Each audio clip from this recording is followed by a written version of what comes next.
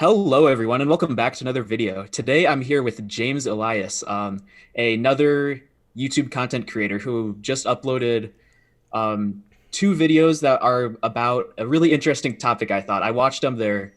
He also has one about Jordan Peterson that I didn't watch yet, but the other two I thought were really interesting stuff. And I was like, this is someone who I want to get on this channel. And I took a bunch of notes on his videos because I have a lot of questions. It's very complicated stuff, but you should definitely check him out. We're going to be talking about those videos for a lot of it. And yeah, do you want to introduce yourself further, or Yeah, my name's actually James Elias. It's an Elias? Arabic last name, so the pronunciation always gets like mixed up. It turns out my grandpa was from Iraq. Now you know that about me. But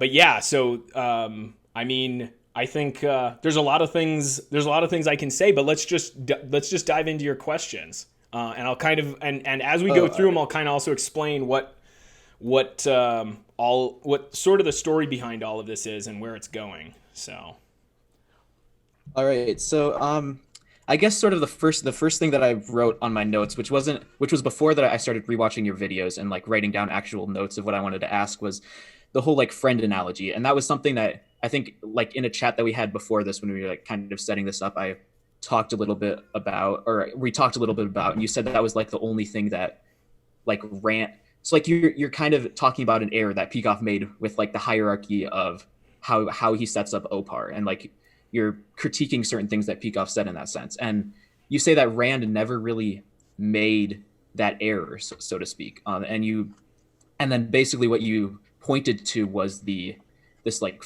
friend analogy that Peikoff talked about in his understanding objectivism lectures that Ayn Rand was like said okayed and said these are a good thing. And I mean, do you want to summarize that so that they know yeah, yeah. So what you so said? what I've done in my videos so far is first I have a video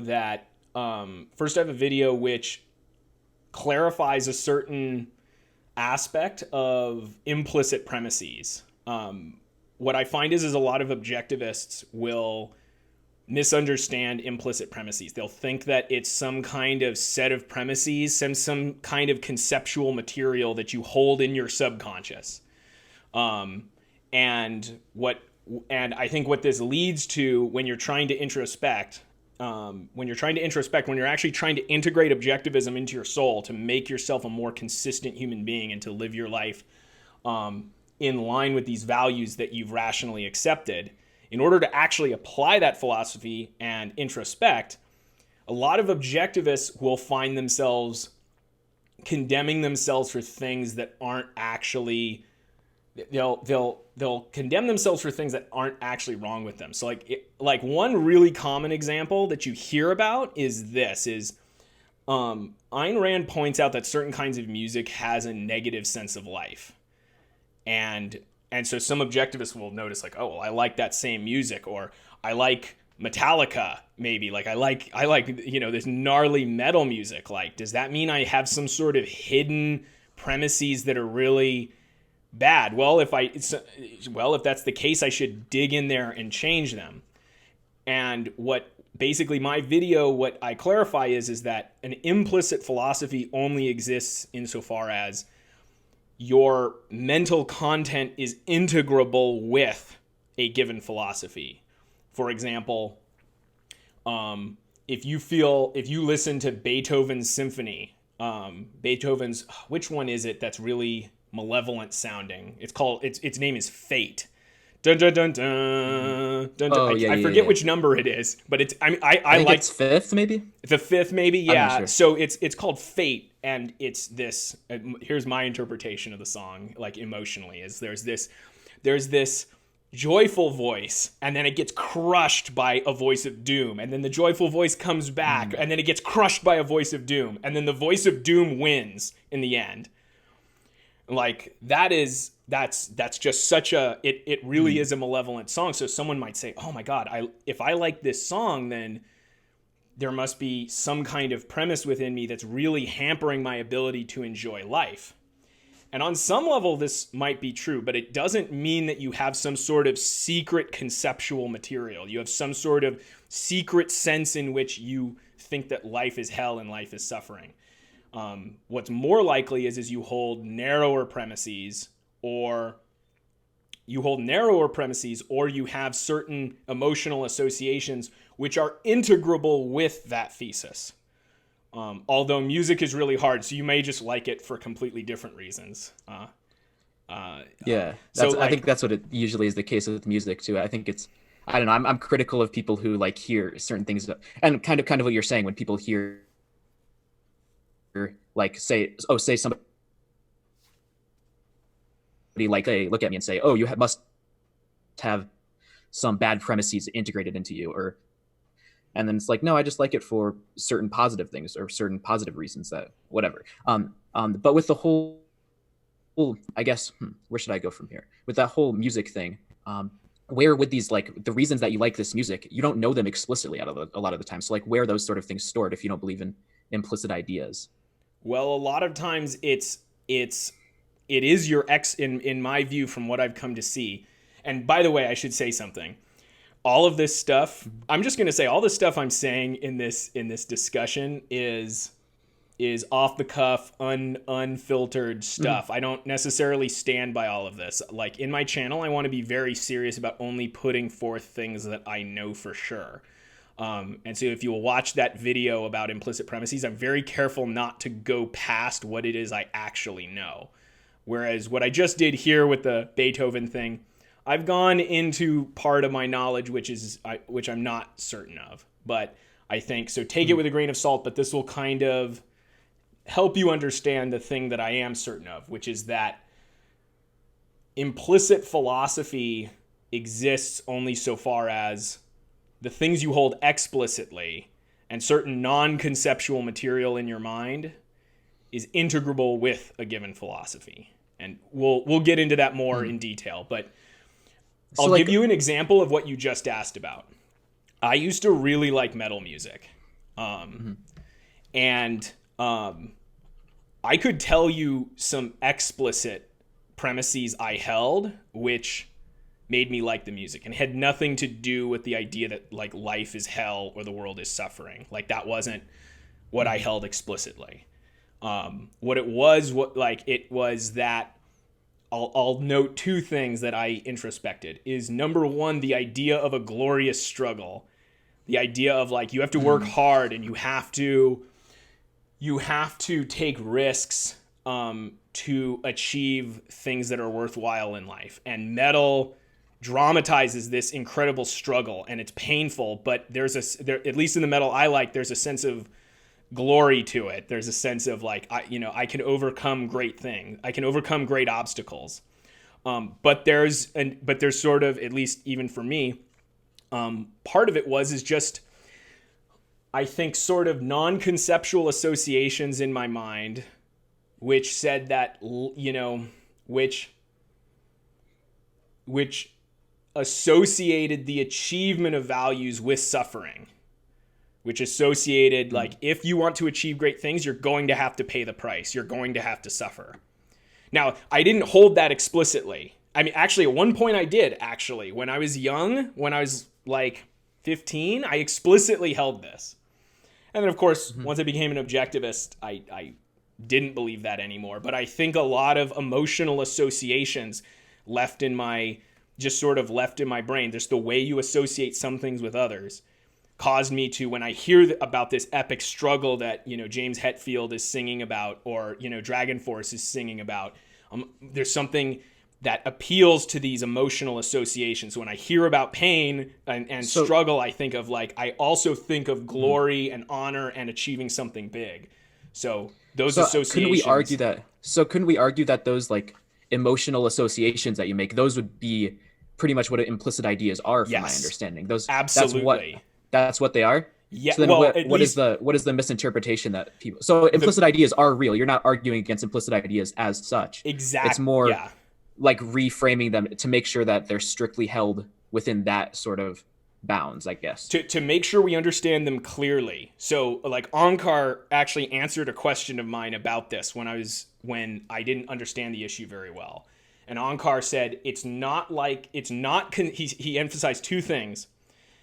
This implicit philosophy, it's not held conceptually. it's held in the so like I didn't literally hold the idea great things require suffering. I didn't hold that. But I had a bunch of emotional associations which were consistent with that thesis. And so as a result, I had a certain response to metal music.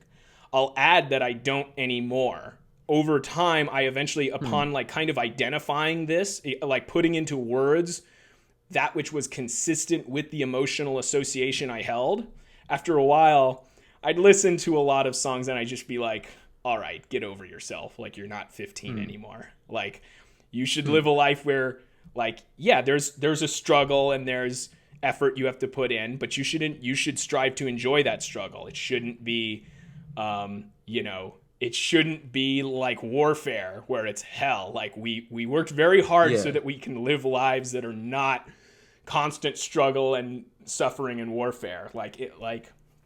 Enjoy it. So over time it kind of went away. But yes, the implicit ideas are real, but they exist only insofar as your explicit ideas and this sort of non-conceptual content, like associating one thing with another thing, those sorts of things are consistent with a given philosophy. I didn't explicitly hold that greatness required suffering, but I had a bunch of emotional associations between different concretes which were integrable with that thesis. And so as a result, I liked certain kinds of metal music. So does that answer your question? I went on a little of a rant. Yeah, for sure. I mean, that actually answers a lot of the sort of things that I was questioning, because I was like, wait, he's dismissing implicit ideas as such. Like, he's like, but what about the fact that I hold certain like subconscious values or subconscious premises that lead me to certain emotional responses of things? And like, I can see those things through introspection. I can see sort of when I have an emotional response, I can see that I think this certain thing. So then it brings this emotional response almost out of me. And absolutely. If that makes sense. Yeah, it does. And that's a real thing. But we have to understand it in terms of the material that's actually held. Not in terms of, not in terms of the material, the high level philosophical assumptions that it's consistent with.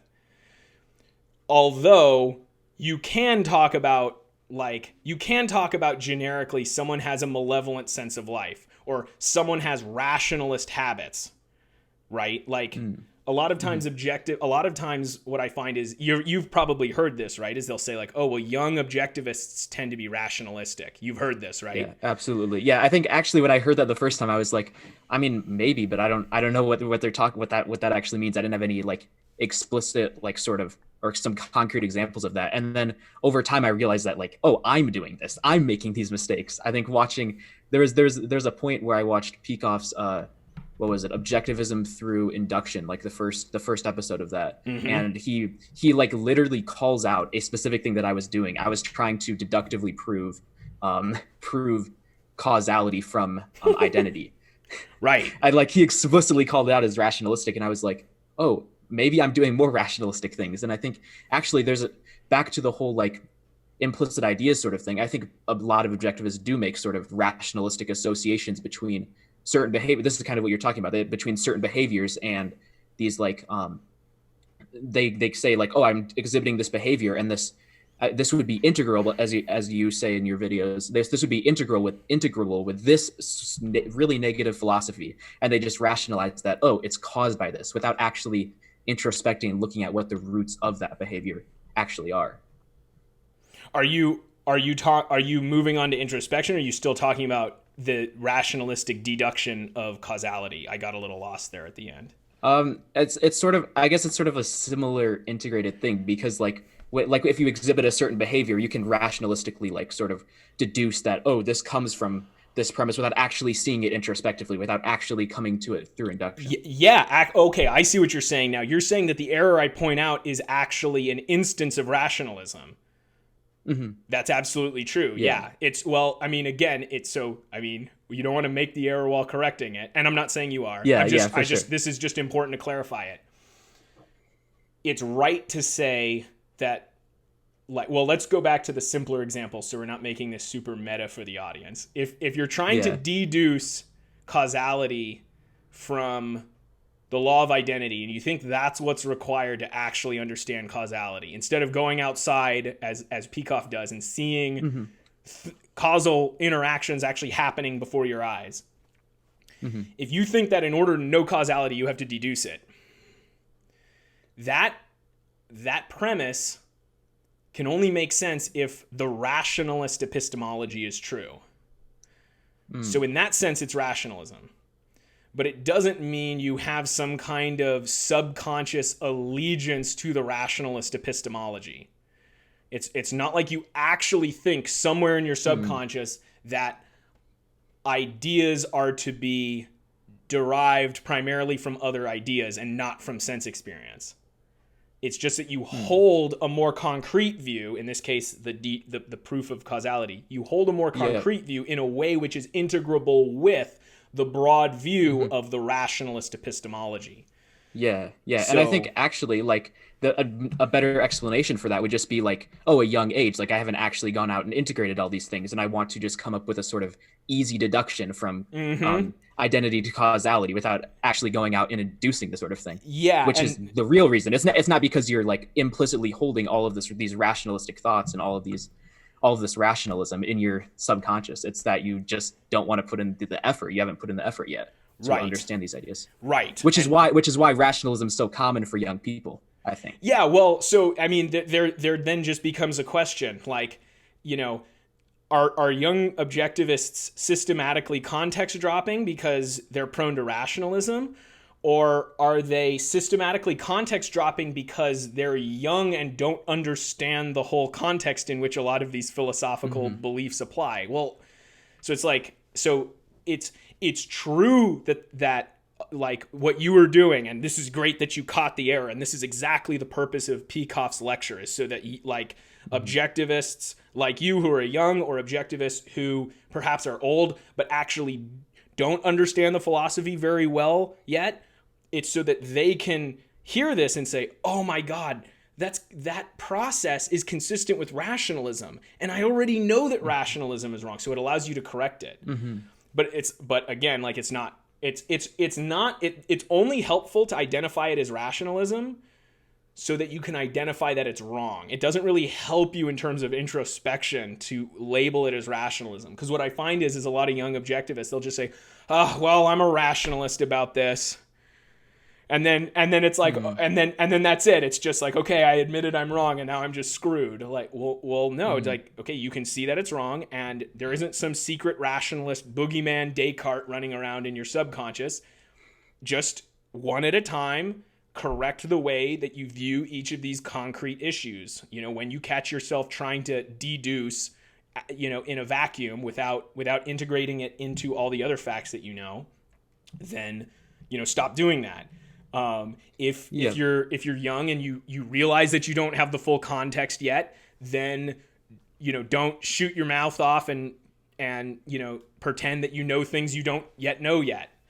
So yeah, absolutely. So, yeah. I guess now that we kind of laid out the sort of general idea of what you were trying to get at, I think now would be a good time to sort of go back to that whole your criticisms of Peikoff's sort of OPAR, I guess, and they put criticisms of the whole his formulation of how you integrate the concept of friend, or how you formulate the concept of friend. So it seems like, okay, so basically your argument is like he starts with friend and says, oh, you need to have this concept of esteem to come up with friend, and you need to have this concept of value to come up with esteem, and esteem to come up with friend, and all those sort of things. And then your argument essentially is that no, you need this concept of friend before you can identify what esteem is. Like, you can't know what esteem is without having concepts of people who you feel esteem for. However, like it seemed my I guess my initial response to your argument or my initial thought on your argument would be like, but don't you need to like know what esteem is to be able to identify what a friend is? So isn't like this integration, this forming of the concept of friend, where you like integrate all these individual aspects of friend, doesn't it rely sort of on knowing what esteem is implicitly almost? Like that's sort of my response to that. Right. Initially. So that's good. This is exactly what I sort of the locus of what I want to clarify. So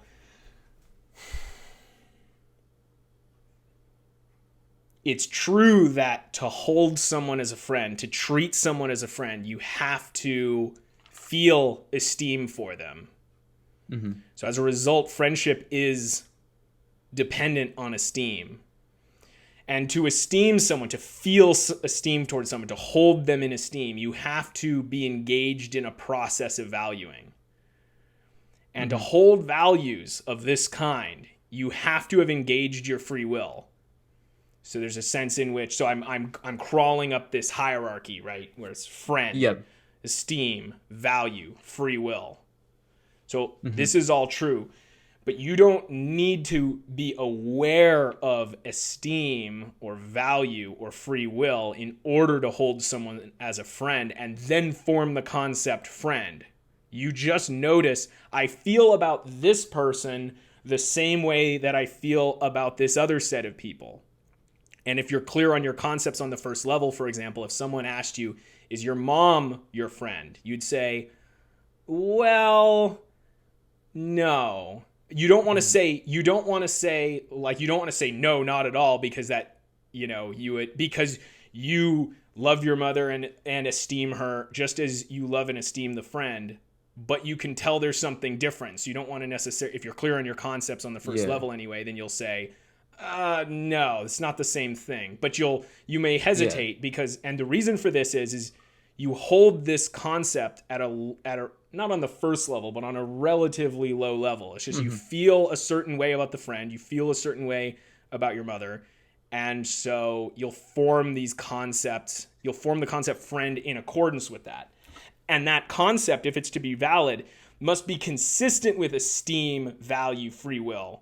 But you don't Mm-hmm. need those concepts first in order to form the concept friend.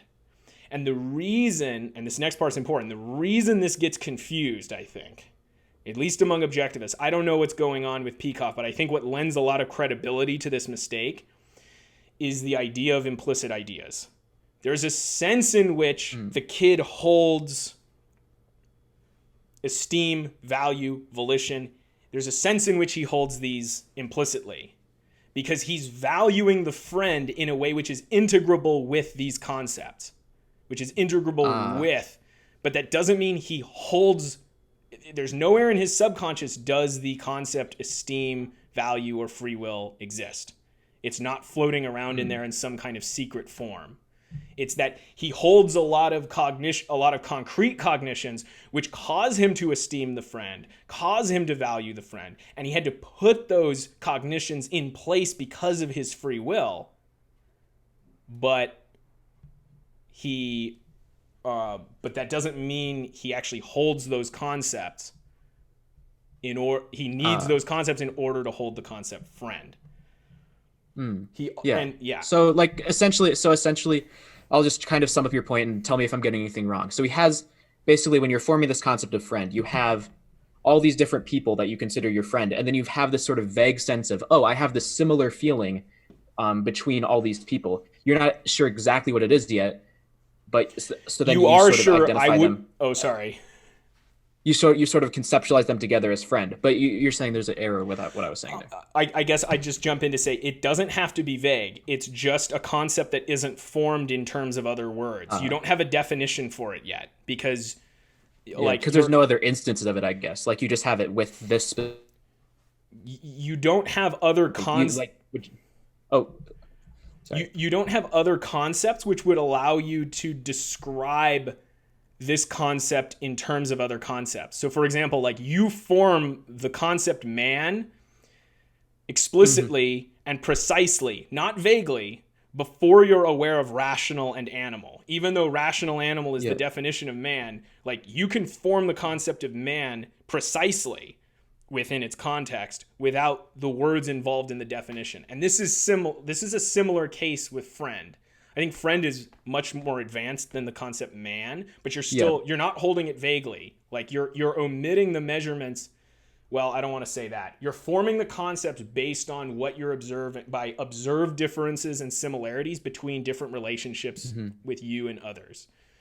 Which is why why it's possible for a kid to form the concept quite precisely and say, my mom's not my friend, even though he values her. more than a friend. But go on. But does that clarification make sense? It's not that it's vague. It's that it just can't. Yeah. You're not at a stage in your hierarchy of knowledge. You're not at a stage in your inductive progression where you can actually put a definition to the concept. So like you'd almost need more instances of like certain concept you esteem to form this concept of esteem. So like you have friends, this is a group of people you esteem, and then you have like enemies, this is a group of people you don't esteem, and then you have family members, you feel a different sort of esteem for them, and then you sort of like once you have all these different instances of different concepts, then you form this concept of esteem. But you don't already have this concept formed when you're just forming the concept of friend. Right. Even though it like relies on this concept of esteem, sort of. In a sense it does, but that's when we get into the causal hierarchy. Yeah, and this would be kind of be in the sense in which the concept of esteem would be implicit in the concept of friend, but it's not necessary in proving the concept of friend. That's correct. So that's kind of how you framed it. Yeah. Yes. In order, so it's important to differentiate the two hierarchies, and that's the purpose of the second video. Is there's this inductive hierarchy, whereby somehow you learn really basic concepts: man, rock, dog, all of these things. Perceptual level stuff. Then you accumulate enough of those concepts somehow that you start to become aware of relationships between people. When you look at really young kids, they don't have friends. They may play with other kids. You may even look at a bunch of 3-year-olds and they're playing with the other kids, but it's not really friendship yet. A lot of times they're kind of ignoring each other. They don't really, so it's like they don't really have friends yet, but at some point you're at a level of development where you can form such a relationship, and then later you've learned enough to actually identify the relationship with this word friend. And you can get there in your cognitive development without the concepts like esteem, value, volition. However, you must hold the concept in a way which is consistent with esteem, value, volition, or else it's not really a friend. So an example I could give of this is Sam Harris is a hardcore determinist, right? He thinks you ever watch Sam Harris? A little bit, not much. I think I watched like one determinist video, and it's like I didn't like it very much. It didn't make much sense rationally. It was just seemed like a lot of bullshit. Yeah. Well, so like one like really gaping example of how much BS determinism is full of is when you think about Sam Harris and you imagine him having a friend or being in a romance. Like Sam Harris has this incredibly flat affect, which is consistent with the thesis that he is a deterministic piece of meat acting out things that the universe predetermined for him, right? Like his tone is consistent with that. Oh, and I just decided that he was a bad actor. Like he doesn't even say like evil person. He uses this phrase bad actor because is completely consistent with his idea that there is no free will. Well, anyway, here's a funny little thing to put in your mind and smoke. Imagine what is Sam Harris like when he's having sex? Like someone like what is his romantic life like? Like it's not what an objectivist's romantic life would be like. Like I chose you of all women. Like I chose you. You are the thing that represents my values. Like you're the one who represents my value. Like that means something to you because you chose it. And then we have Sam Harris over here who thinks he's one piece of meat bumping into another deterministic piece of meat, basically. So so in some sense, like Sam Harris can't have friends. He can't have romance to the degree that he takes his determinism seriously. Why? Because romance and friendship relies on the idea of esteem. But that's a different issue. It's an issue of the facts about our free will condition the facts about romance and friendship. But that's different from I need to know free will in order to know friendship. You can know friendship before the thought of free will or determinism has ever crossed your mind in the slightest. Yeah. So, yeah. Yeah, for sure. And I think that's what, like the sort of, you need to know free will. Like the free will would just be like what the implicit idea would be, but it's not something you actually hold in your subconscious yet. It's just implicit in the formation of it. It's, I guess sort of integrable, as the word you like to use, You, with your formation of the concept of friend, yeah, rather than being something that is actually held in your mind before you form that concept. So that's right. sort of what you're trying to reframe here. Um, and I guess you sort of start your second video with this question, I guess, of epistemology, like how do we know our first things or learn the basic concepts without having an epistemology. Um, and so essentially, your argument would be like we sort of learn those things, we sort of form those concepts and discover, and the epistemology would be integrable with how we form those certain things. It would be implicit in how we form those certain things, but not actually held in our mind. That's right. It'd just be integral with the way that we form those basic concepts. And well, here's the thing: it's not necessarily integrable. Kids make mistakes. Like I said, the kid if you're young, you can form early ideas. I don't know if you can form first level concepts incorrectly, but you can form a lot of these early ideas in a way that is inconsistent with higher level philosophy. And as a result, you'll get it wrong. You'll get it wrong on the concrete level, but you can notice your wrongness on that concrete level and correct yourself on the concrete level. And somehow through this process, through an inductive process, we end up, man accumulates enough information, and then what we've seen in history is geniuses like Aristotle and Rand integrate on a massive level and identify a big integrated consistent way of looking at all of this stuff. And then people like Plato, have tried and failed to do that. So, and that's the way in which you can inductively reach philosophy. It's not through implicit premises. Yeah. I think I'm watching your video, like that whole concept of no, children do make these mistakes, but like reality sort of corrects them. Like over time, they realize like, oh, if you form a concept wrong, your concept won't refer to something in the future. It won't refer to something truly in the future, and reality will contradict that. So then you sort of, by the requirements of reality, you need to fix that. And if you don't, you're just going to be wrong, and you're going to sort of develop a bad epistemology. And then from there, sort of, once you learn what sort of things you can do, what sort of things you can integrate, what sort of concepts you can form and how you do that, then after that you sort of set up an epistemology based on your past errors or based on like avoiding your past errors and doing the things that got you the valid concepts. I mean, absolutely. And alternatively, you can form an epistemology that doesn't attempt to avoid or make up for your past errors. You can instead form an epistemology which doubles down on your past errors. If you don't want to admit that you're wrong, what's the best epistemology you can accept? Skepticism. We can't know anything. Well, there's no way you can prove me wrong because no one can know anything anyway. So like that's the ultimate get out of jail free card. I mean, it's you don't get out of jail, but you get out of judging yourself and you attempt to get out of getting judged by others. So Rand noticed this. She talks about how James Taggart, like, okay, so this is spoiler alerts for Atlas Shrugged. Have you read Atlas? Have you read the whole thing? Yes. Okay. Yeah. So just for your audience, I hate it. I speed ahead like, I don't know, 30 seconds because I hate it when people spoiled Atlas for me. Everyone does it anyway.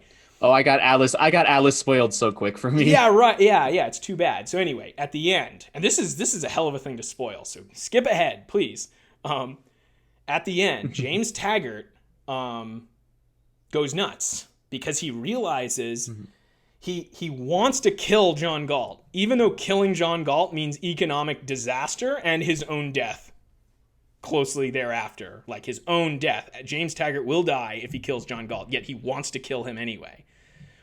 And Rand says, basically, this was his philosophy all along, is what Rand says.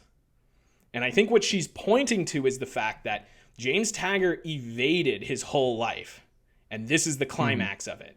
He evaded on a concrete level. Like Francisco could drive the boat better than him, and he hated Francisco, which might be an innocent error. He's a kid. Francisco made him feel bad. He doesn't know any better, so he doesn't like Francisco because Francisco made him feel bad. But that wasn't the sin. The sin was later. He didn't check his premises. He didn't ask, hey, did Francisco actually do anything wrong? Or is it just that I felt bad that I didn't know how to do pilot the boat properly? And he did. And so he never checked his premises. And what this leads to is it leads to a series of rationalizations. It leads to being a socialist in politics, leads to believing in and then once socialism gets discredited on the concrete level, what do you have to do in order to double down on that crappy belief? You have to be an altruist in ethics. You have to say, oh, well, maybe it doesn't work in practice, but it's really what's good for, it's really like what's virtuous intrinsically. Okay, and now what do you have to do about your view of concepts in order to justify holding altruism? Well, you have to believe in intrinsic concepts which are just true this way regardless of the evidence. Mm-hmm. And so you can see you can build for yourself an evil hierarchy, an evil causal hierarchy as you go up. And this is what Rand talked about when she talks about how bad philosophies are a system of rationalization.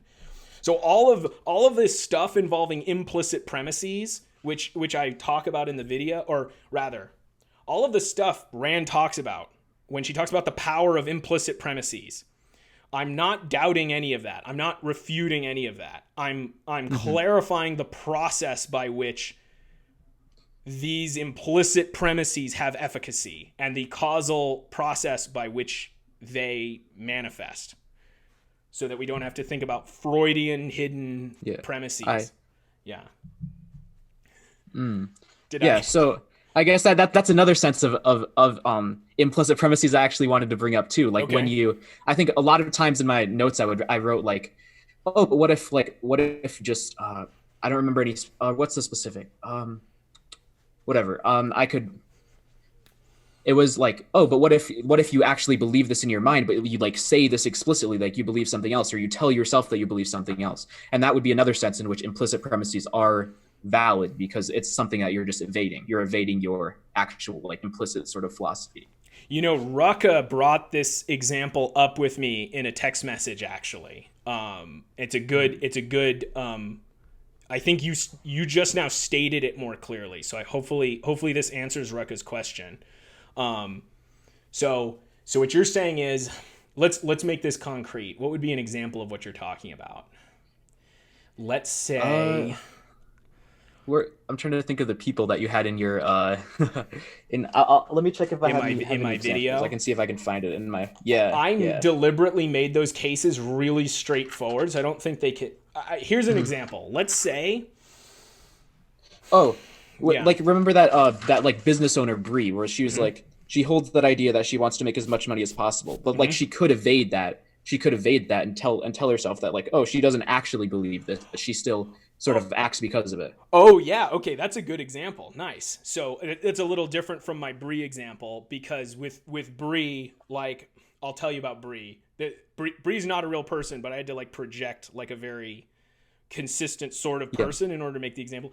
Bree is your typical like conservative Christian American, where she thinks, I mean, she's a Republican. She thinks that making money is great. She just doesn't understand the philosophical level at which making money contradicts her religion and her altruism. She just doesn't understand it. She's just, on one hand, she's like, oh yeah, give to the poor, blah, blah, blah, blah, blah. And then she goes in and she makes money. I mean, she just doesn't understand how one contradicts the other. But let's imagine a different version of Bree, as you're saying. Let's imagine a version of Bree who's a little bit, maybe she's not a Republican, maybe she's a liberal. And I think a lot of Silicon Valley people are like this. Let's say she goes in when she first starts and she says, I'm going to make as much money as possible. She says that to herself explicitly. But now you're telling me when she's faced with this in a different situation, when let's say she's asked to support some sort of leftist cause which would undermine her industry. Let's say she works for Uber. Yeah. And let's say she's some executive who works at Uber, let's say. And some sort of regulation comes across and comes up for a vote that would damage Uber. That would damage Uber's business. And now what she has to say is she'll have to like bullshit herself into saying, well, I'm not really concerned with money. I'm concerned with the public good. And one way that she might BS herself is by voting for this bill, saying like, oh, well, see, I really like am publicly minded. Like I'm not just Yeah. interested in money. And so, okay, so your point here is, isn't there a sense in which there's some kind of implicit altruism here, which is contradicting her explicit egoism? Or maybe the other way Yeah. around. Or like, yeah, yeah. In that case, it would be like an explicit altruism where she's like saying, "Oh, I'm going to donate to this because I care about the common good," but implicitly, like she has this sort of egoism and as well. she's denying that implicit egoism. She's trying to pretend to herself that it's not there. Well, here's the thing. You can have two unintegrable views, obviously. What's her ethical view? She's an altruist. She explicitly said that. Yeah. What's her view on business policy? I'm going to make as much money as possible. Yeah. She holds both explicitly. Yeah. Does she need to?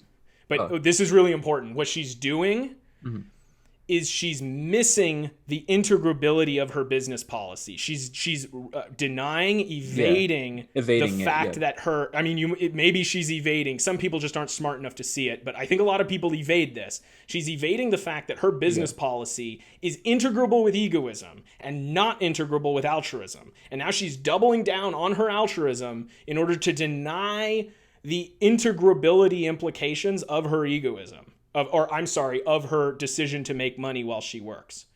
You see, so like there's no subconscious, there's no hidden premises here. It's just the question is always, what are the implications of the ideas you explicitly hold? Yeah. Okay, so one more sort of question related to this. So like would it be possible though for her to sort of hold behave sort of in a money-making way in her business, but like tell everybody, say to everyone, even say to herself that even while she's doing this, that she's not actually selfish. She doesn't actually care about making money for her business, even though she sort of acts that way and sort of contradicts what she's saying explicitly. Yeah, absolutely. That's possible. But that would be the sense in which you're claiming that in this instance, there's a kind of subconscious egoism, which she's trying to deny even to herself. Yep. So again, the way I would explain this is that she doesn't have subconscious egoism. She doesn't have conceptual material that integrates ethics on a high level, but it's hidden. Yep. She doesn't have that. Right. What she has is she has a bunch of concrete directives which are explicit. For example, when I do my taxes, I'm going to report things honestly, but in a way that causes me to pay the least amount of taxes possible. Right? So that's not egoism, but it's consistent with egoism, right? When I sell a product, I'm going to make the best case that I can to sell the product. So she has all of these concrete directives, and these concrete directives are integrable with egoism. Yeah. And so that seems to then contradict her explicit altruism, but it's not that there's a subconscious egoism. It's that all of the things she consciously, explicitly, concretely put there are integrable with this higher egoism. But she doesn't hold egoism on the high philosophical level. She holds the altruism on the high philosophical level. And that's where the conflict, where the conflict occurs. It's between her concrete actions. It's between the concrete action implications of her narrow business practices and her broad, explicit moral views. That's where the conflict occurs, not between explicit ideas and subconscious ideas. Okay, so then like in those specific concrete examples, she'd just be like, so yeah, what you were saying, like she has specific concretes where she acts in a way that's egoistic, and she acts not because she claims it's egoistic, but because she's like, oh, I want to pay less taxes in this instance. And then, but in general, like in a different sort of action, like the action of thinking to herself about whether she's a selfish person or an altruist, she thinks, oh, I'm an altruist, I'm fine. And she ignores the implication that those things are egoistic. And she'll tell all her friends, because she actually believes this, oh, I'm an altruist. I always act in the betterment of society at the sacrifice of myself. Right. Or in the case of many Silicon Valley people, in order to block the integrability implications of their business practices, they will engage in altruistic actions Hmm. in order to block that from themselves and others, in order to block those implications. Because people understand implications, like on some level. They're able to see, like, oh, this is inconsistent. They understand that, like, what they're doing in their business is inconsistent with the broad philosophical convictions that they hold, because it's kind of obvious. Like, okay, well, oh, you should always live for other people. It's like, well, what the hell am I doing when I go to work? Yeah. Right? Yeah. Yeah, for sure. Um, I think that touches most of the things that I had written down. That's hold up. I want to double check, make sure I mentioned everything that I wanted to talk about. Cool. Uh, I probably should have. Anyway, yeah. hmm. Yeah, what were you gonna say? Sorry, I was I'm just just gonna looking through to say, make sure I like, got I think everything. we went through that, like, insanely fast. We did like 3 hours of material in, like, I don't know how long. I have no idea. That what was that, Oh like yeah. 15 minutes? I Oh, it's but been 45 minutes. Yeah, so about as long as your first video. We covered okay. basically my thoughts on that. So yeah, definitely like watch those videos too. They go very in depth and yeah, like there's a lot of like examples and characters that you come up with, which I thought was really cool. I liked all the characters. I think the first time watching through, I didn't understand. I was like really struggling to like grasp sort of where you're going with this, or like, oh, did you wait? Did you actually answer this question that you set out to answer at first? So then, like when I was doing my notes, I'd like write down the question, and then like when you came back to it, I'd like write it down and write your answer to it, and sort of talk about things like that. Um, but yeah, I think so. Yeah, so you have like I don't think we really talked much about like your criticism of Opar in the sense and how Peikoff sort of categorizes things. So like, how would you sort of frame that? Yeah. Well, we did go over the criticism of Opar. So the only part of Opar that I think is flawed is really the reduction of friend. Peikoff is Mm, in when he reduces friend, Peikoff is trying to show us, is trying to give a demonstration of how we prove knowledge. And this is insanely important. Because yeah. this is how we know our knowledge is true. And so he gives an explicit method of this, and he does the friend reduction that we criticized earlier in the video. Hmm. He says, in order to know friend, you have to know the concept of esteem, and in order to know the concept of esteem, you have to know the concept of value, etc. And so what Yep. what Peikoff is really doing there is he's going through the causal hierarchy of friend, not the inductive hierarchy, not the set of actual mental steps you'd need to go through in order to form the concept of friend, but he's going through the inductive hierarchy. So he makes a mistake in that regard. In another regard, though, I have Mm, to really say this. In another regard, this is not a mistake, because this is very important. When you're checking a concept, you have to do two things. What objectivism teaches us to do two main things. First of all, you have to make sure that your concept refers to reality. You have to make sure that there's actually sensory evidence mhm. for this concept. And Yep. second of all, and this is equally important, you have to integrate, you have to make sure that this concept is consistent with everything else you know. Objectivism teaches us to do these things, and these are incredibly powerful.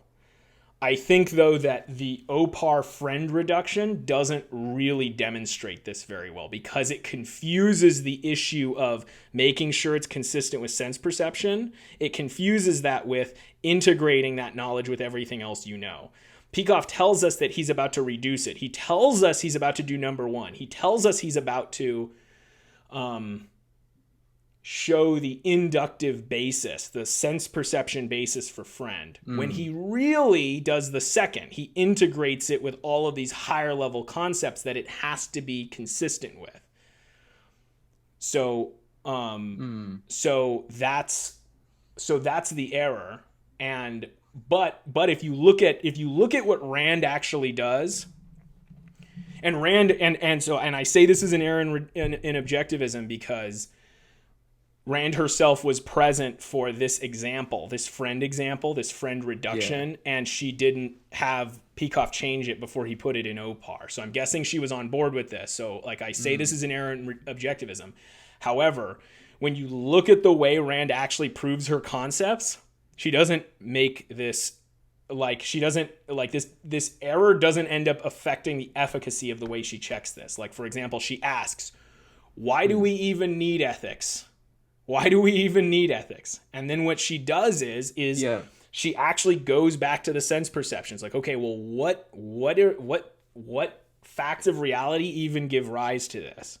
And so she says, well, man can suffer Yeah. and he can feel joy.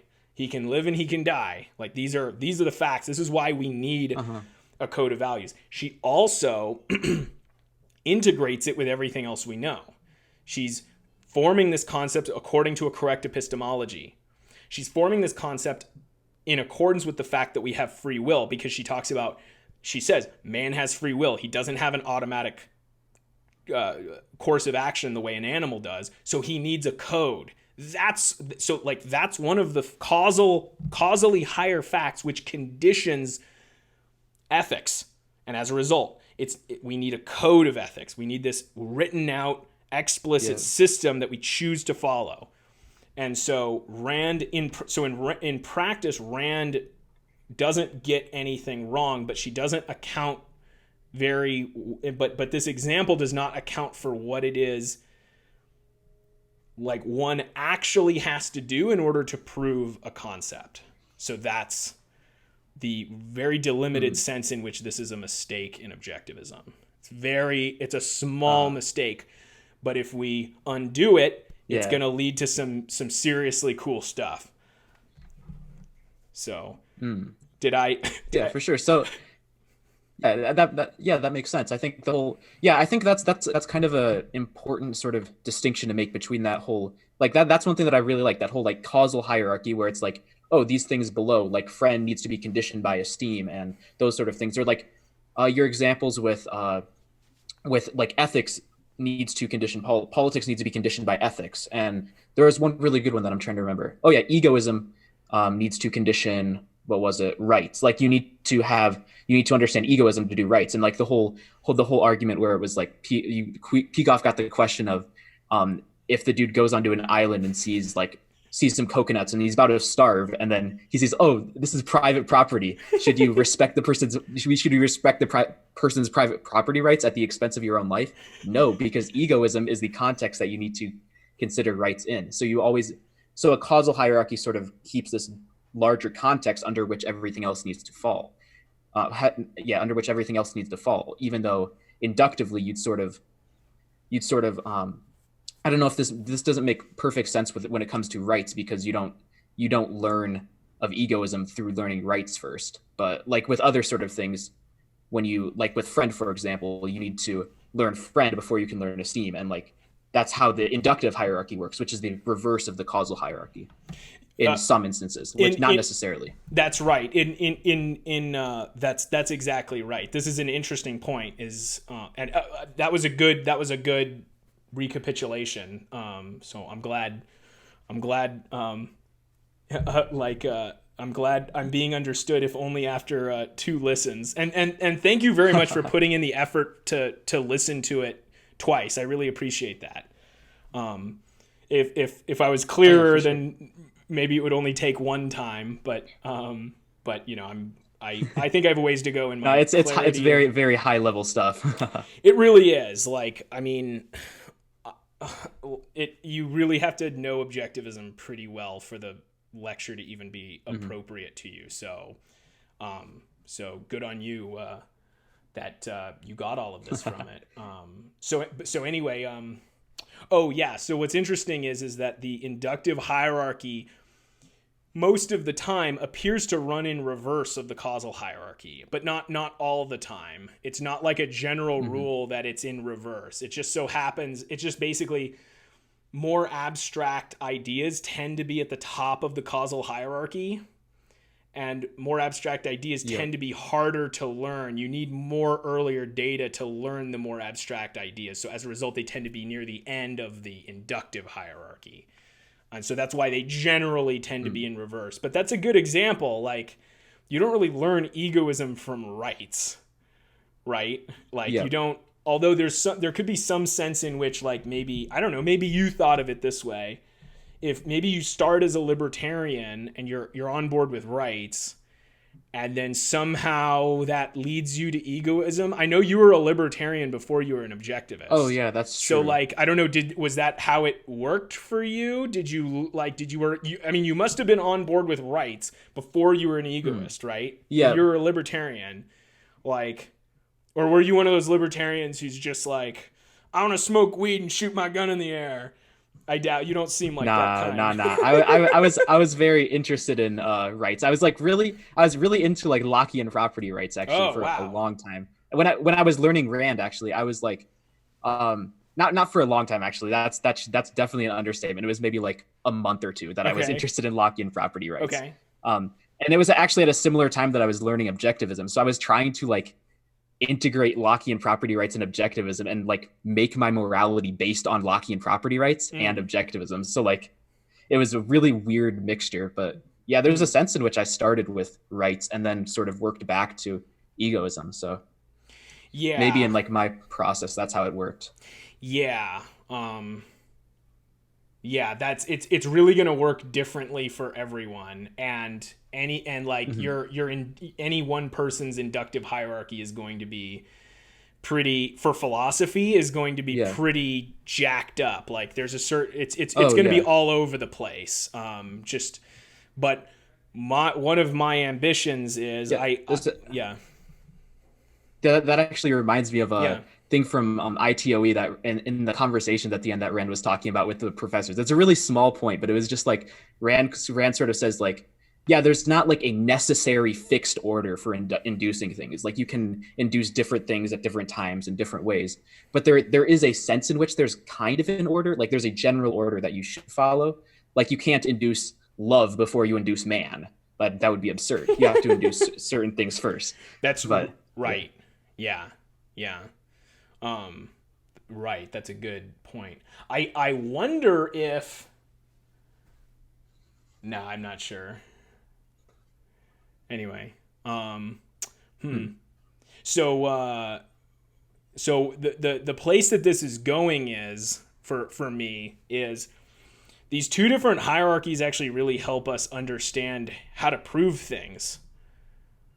And Hmm. so once if we so I'm developing a theory of how to actually prove things in science.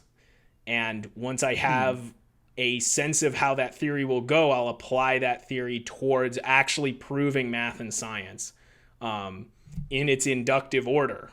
And that whole time, as I'm proving it in its inductive order, I'll be creating a causal hierarchy to allow us to integrate that knowledge.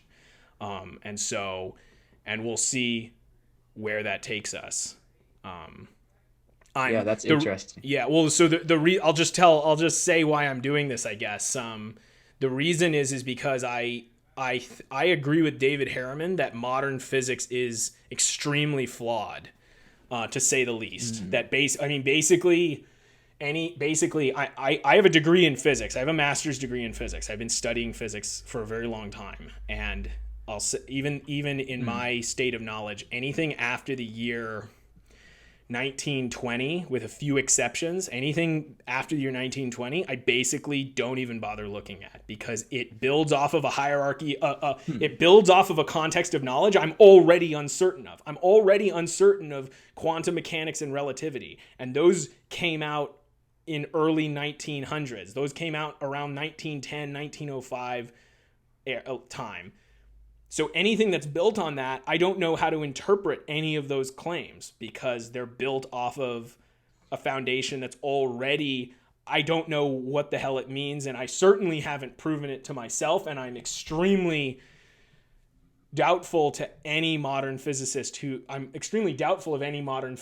thinks he's proven it to himself. I suspect more that he is taking Hmm. earlier physicists on faith and not really doing what's required of him as a physicist. So the plan is to induce our way all the way to quantum mechanics and relativity and figure out which part of those theories are right and which part of those theories are wrong, and see if we can figure out Ooh. something new. That's the plan. So, That's interesting. Yeah.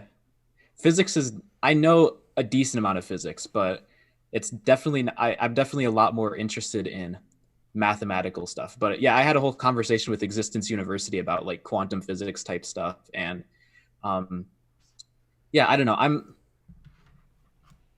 don't have much to add to that. I just sort of think that, yeah, what the science tells us, what the science tells us we should accept and sort of, I don't know. Like yeah, I mean, I I think don't I know don't enough about know. it to have an opinion. Yeah, I mean, I don't know is the right opinion to have because I can tell you I've been studying quantum and relativity for years and I don't know. I know enough to know that we shouldn't accept it. Mm-hmm.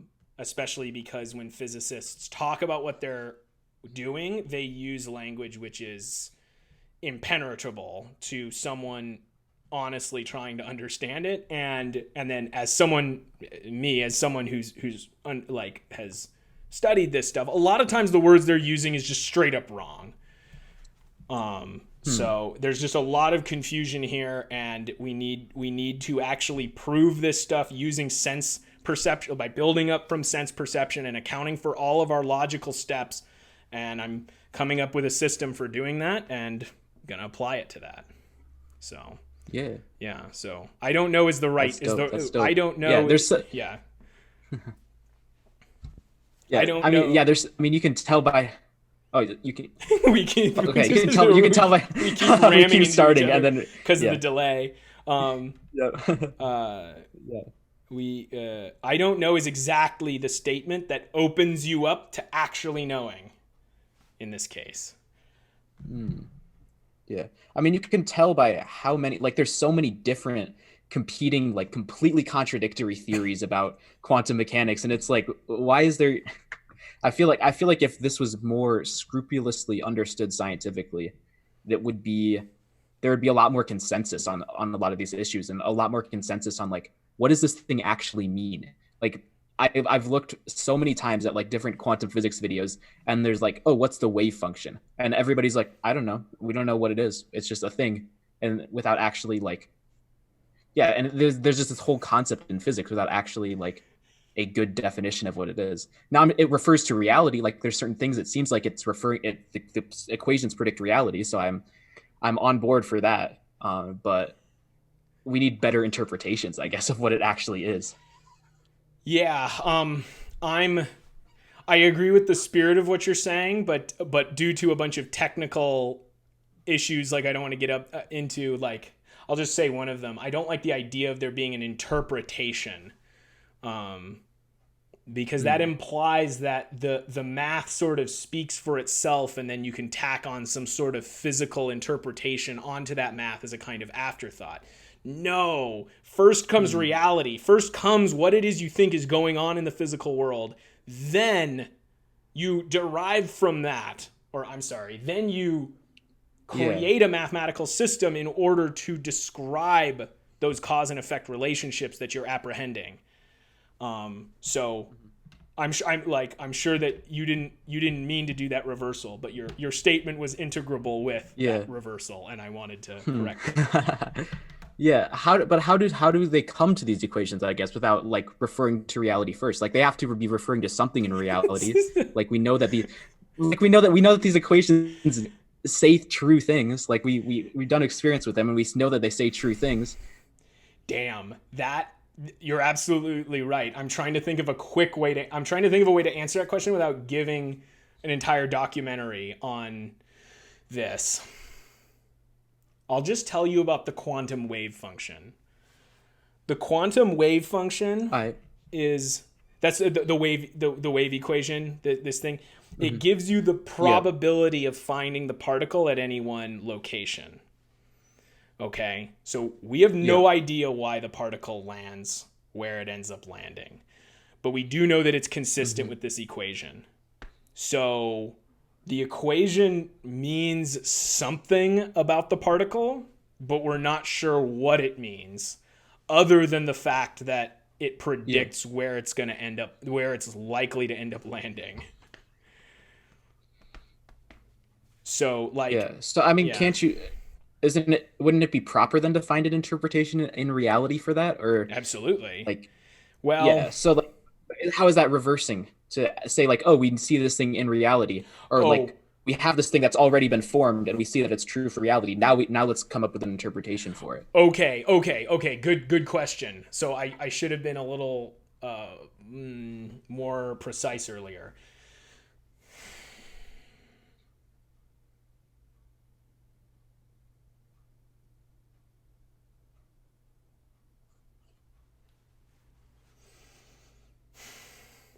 I don't think science consists of taking a guess as to a physical Yeah. cause and then Hmm. going out and seeing if the experiments are consistent with that physical cause. You can't, that implies that you're allowed to just form whatever the hell hypothesis you want. Um and it's like, okay, let's form some kind of hypothesis, and then let's test it and Yeah. see if the experiments come out consistently with that hypothesis. That's incorrect. That's not a good way of saying things, because it leads to the following. It leads to, oh well, maybe space bends and that's what causes gravitation. And then you write certain equations about how space is supposed to bend, and then you see that the planets actually move in that manner. And you say, oh, well, space must Yeah. bend then. But you haven't proven that. You haven't shown me what it even means for space to bend. So Hmm. you haven't even shown me what it means for space to bend. All you've shown me is that you've somehow come up with an equation which is consistent with observations. But that doesn't speak to like how it is this actually relates to your physical hypothesis about space bending. I'll give you another example. This is even more insane. Like, this is the kind of stupid crap modern physicists engage in. There was one physicist, I forget his name, but he said, "What if every electron is actually the same electron?" So if you've heard of this, electrons are a certain particle that are part of, yeah, right. Hmm. I Yeah. What? Electrons are a certain particle that are part of matter. They fly around the nucleus somehow, okay? And every atom has many electrons. Hydrogen has one electron typically. Helium has two electrons. They all got different numbers of electrons. There's bazillions of electrons in the universe, okay? And this physicist says, "Dude, what if what if every electron is actually the same electron, and it's just like teleporting around and like switching positions?" And from this insane hypothesis, it somehow is consistent with certain experiments. It's somehow consistent with certain experiments. But the thing is, Mm. like, just because your insane hypothesis is consistent with the experiment doesn't mean you've proven a damn thing. There's an infinite number of Yeah. insane stories you can come up with that account for the results of experiments.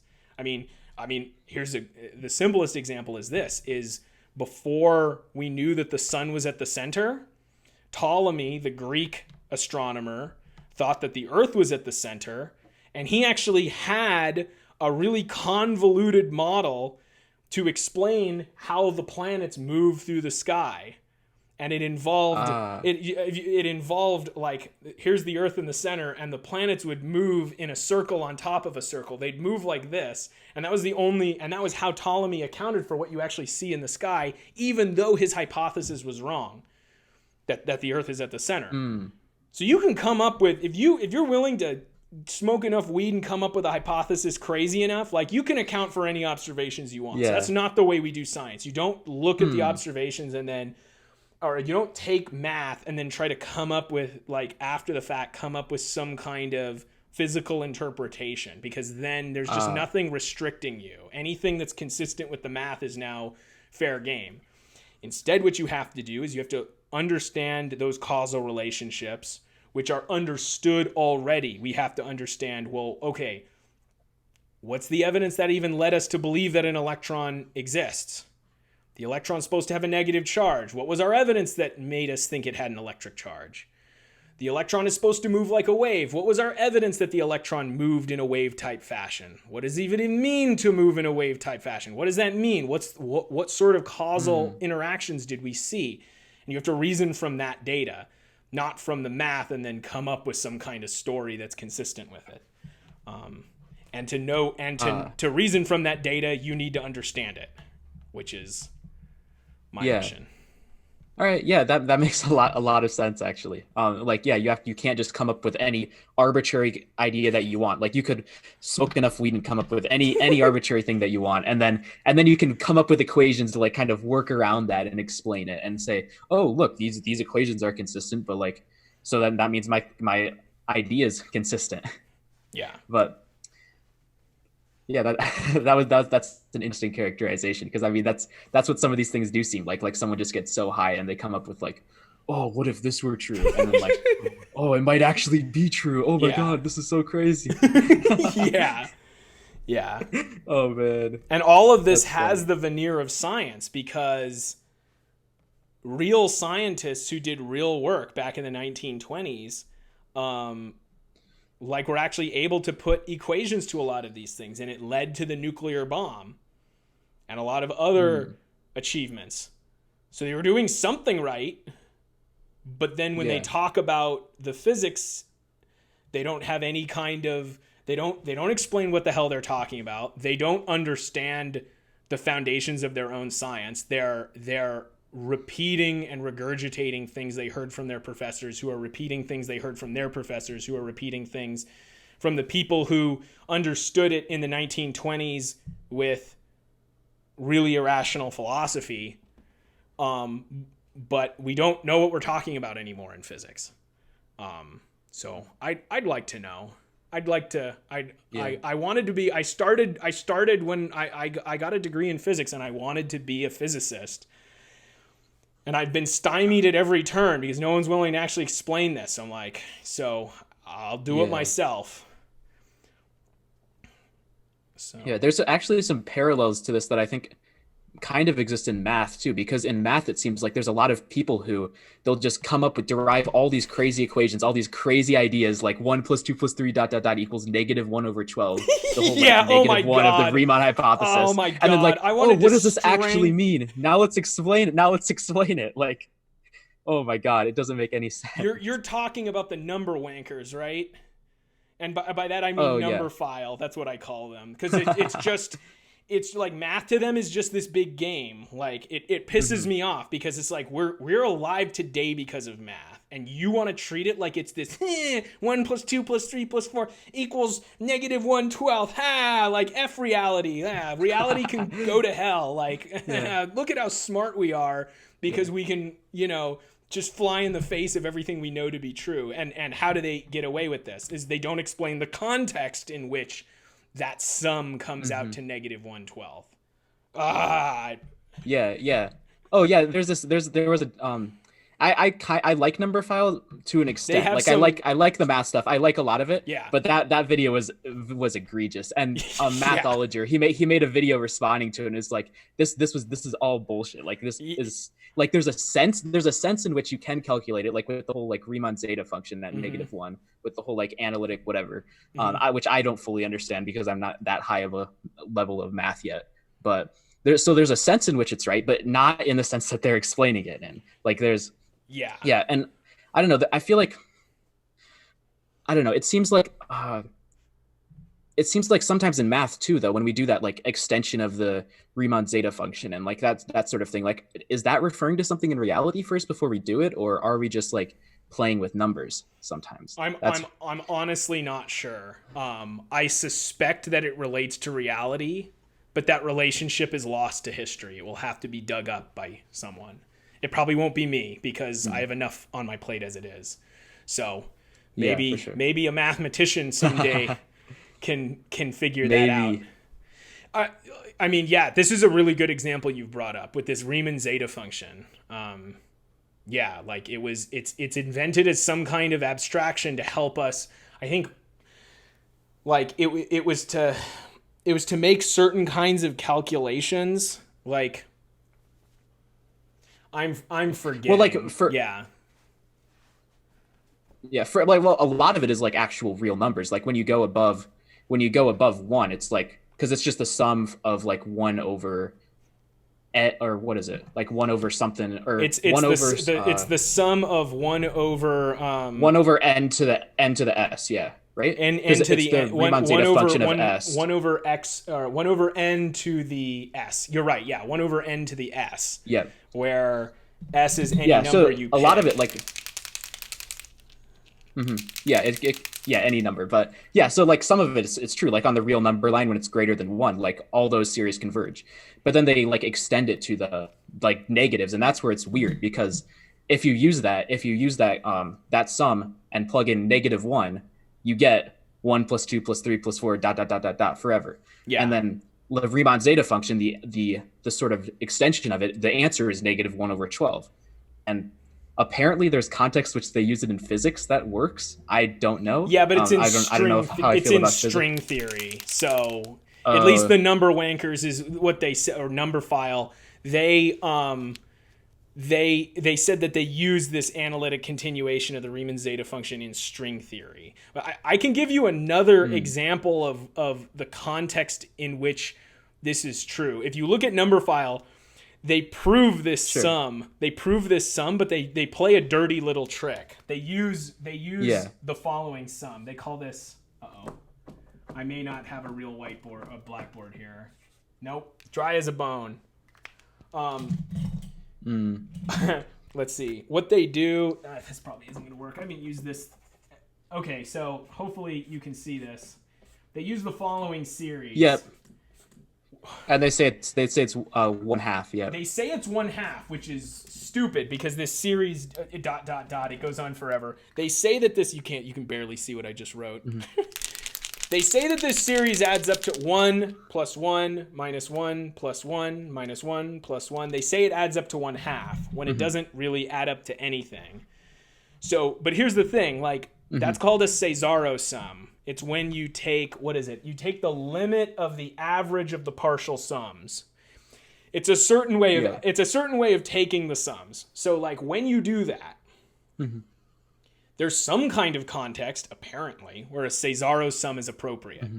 And if you use this Cesaro sum, you can prove that result that they talk about, where they get -1/12. So what this tells me is I'm using causal hierarchy here, actually. There's some kind of context in which a Cesaro sum is appropriate. In that context, 1 plus 2 plus 3 plus 4, etc. In that context, that sum adds up to -1/12. I don't know what that means, but I've isolated the context in which that statement means something.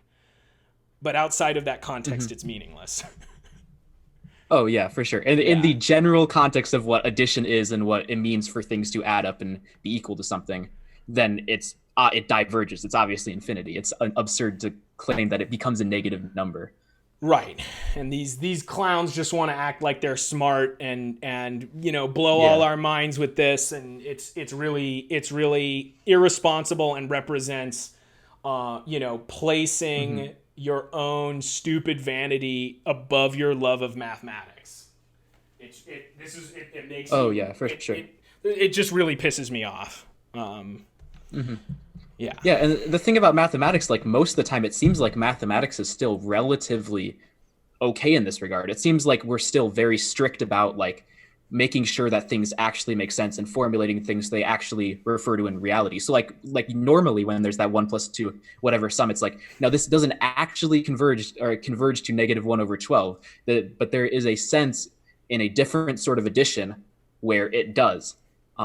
So they're usually very careful about this. But then when Numberphile did it, it's like, oh, this actually adds up to -1/12. Oh, look at this title. Whoa. Oh, click on our video. Give us some likes. Yeah. It's very shameful. Oh yeah, for sure. So speaking of mathematics, you said that you're thinking about switching your major from actuarial to mathematics? Or did you not say that? Not actually. I'm not thinking about switching it. I'm thinking about potentially in the future, like going on and learning more mathematics after like I finish my bachelor's in actuarial science and get a job. So I'm thinking about possibly like maybe going on in math, but we'll see. Okay. We'll see what my context is at the time. Cool. But yeah, I love mathematics. Like lately, that's been something that I've really been into. Like, yeah, I've been like over the whole Corona break. I started watching a bunch of like videos online about like math and stuff like that. Like Three Blue, One Brown. If you've seen He's him, his videos are fantastic. amazing. Yeah, those are It's so fantastic. good. Yeah. Yeah, Um, I've been watching his videos, and like my journal lately has been full of proofs. If yeah, like oh man, hold up, let's see if I can just find some stuff. Yeah, it's just full of different proofs, nice. like statistics and math and stuff like that. So I've been Nice. like addicted to proving different mathematical things, and yeah, I don't know, I really like it. It's Hmm. just there's a sense in which it's just like yeah, I just showed that this thing is true just from yeah. What is it that you like about mathematical proof? Um, I guess it's fun to like sort of have like these basic assumptions, these general things that you know, and then sort of like prove something that looks really simple or very beautiful or like that you can sort of compute kind of. I don't know how to explain it. Interesting. Yeah, That's so cool. I don't Yeah. know. I find that sort of thing fun to do. So I suggested Pat Corvini to you. Mm-hmm. I think, but then I said like, oh, maybe it's too advanced. Like, no, I think you should listen to him. I mean, I had to listen to it a few times, but apparently Yeah. you're willing to put in the work and the effort. I think you might gain something. Her work is really good in mathematics. And then there's also Yeah. Robert I Knapp. actually I actually downloaded all those lectures and Robert Knapp's lecture and ordered his book. So like right after that, I'm like craving philosophical mathematics stuff. Like that's something I'm craving because I love philosophy. I love math. I just need a good integration of the two. So that like I downloaded them immediately, and then I'm going to start on one of Pat Corvini's lectures. I forget which one it's called. I think it's like the one where it's like Zeno's paradox of like Achilles and the Achilles, the turtle. tortoise, and the objectivity of mathematics. Yeah. Is that a good one to start with? Yes, it is. I just know that I've like thought about things related to that before. I actually have some videos where I talk about like Zeno's paradox and like things related to time and space and those sort of things. And I was looking at like her study notes for that, and I'm like, this seems like something really interesting. Like this seems like something that I've thought about before. And What do you mean her study notes? there were like notes on that came Oh, as part of the with the thing. download. Yeah, as part of the download. Yeah. With Pat Hmm. Corvini, listen to her lectures in chronological order. I Like if you're not sure what order to listen to them in, just go to the e-store and then figure out which of the ones she delivered first and just watch them in that order. That's the best order. oh for sure. Yeah. And so Yeah, you've maybe I'll start with started. a different one then because I didn't check yet. I think Did I Achilles start? is the first one. I think so. I think you'll be Oh fine. wow, Yeah. actually, that's nice. That's nice. Yeah. I got lucky then Yeah. guessing the right one. Yeah. You may want to check though, just in case. So, anyway. Yeah, no, I'll double check for sure, for sure. Yeah. Yeah, does she like use different like things from past lectures to sort of does she like expand on in future lectures? Only sometimes. But in general, they just get harder and harder, basically. Mm, So, I yeah. mean, one of them I had to listen to it 3 times to even like begin understanding what she was saying. It was gnarly hard, and I did that, and that was when I Oh was wow. 28 years old. So, uh, Oh like wow. Yeah. So I there's a believe lot. in you only because of your tenacity. Like, well, and you've studied math. Well, here's the thing. You're studying math here. That's the other reason I think you'll be able to get it. It's like you've been studying math, whereas like I did physics for a long time, which had a lot of math, Mm, but I had never focused on math as such. I wasn't doing proofs when I was 18, so I think these lectures will be. I think you'll be ready for them, but you'll have to put a lot of effort in. yeah. Yeah. So. Sure. Yep. Proofs. I don't want to overhype myself. It's like very basic proving stuff. Like, but yeah. Hopefully they should be pretty good to grasp. They seem interesting just looking at what I've seen so far. So yeah, I definitely appreciate the you telling me about like those different people because I'm excited to start doing those things even though it did cost me like $40 to download all their lectures. Dude, it's worth like if you got as much as I got out of it, it's best $40 you've ever spent. So I mean, Yeah, all for sure, all for of the sure. knowledge ARI puts out is just there's some fantastic stuff on that eStore. So yeah, and I definitely recommend to everyone David Harriman. Like earlier I actually said that I was going to do it myself, but I'm standing on, all of my work is standing on the shoulders of Leonard Peikoff and David Harriman. And of course Ayn Rand behind them. So if you want to understand physics, if you want to understand the objectivist position on physics, start with David Harriman.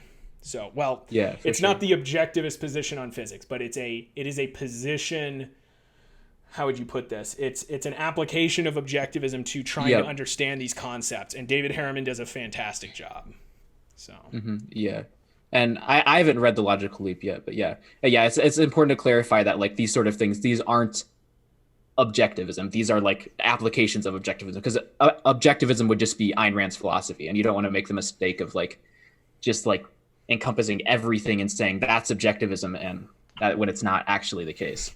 Who would do that? I don't know. Yeah, you don't want to do that.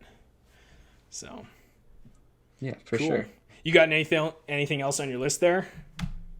I don't know. I from what I remember, I think like I have a lot of stuff that was very similar, and we kind of like got a lot of it out of the way and a lot of it done quickly. And I guess a lot of it, like when I was like watching your videos, a lot of the questions just got answered later in the videos. Then I felt like I kind of had an explanation of that. But yeah, for sure. Do you have anything else that you wanted to talk about or touch on?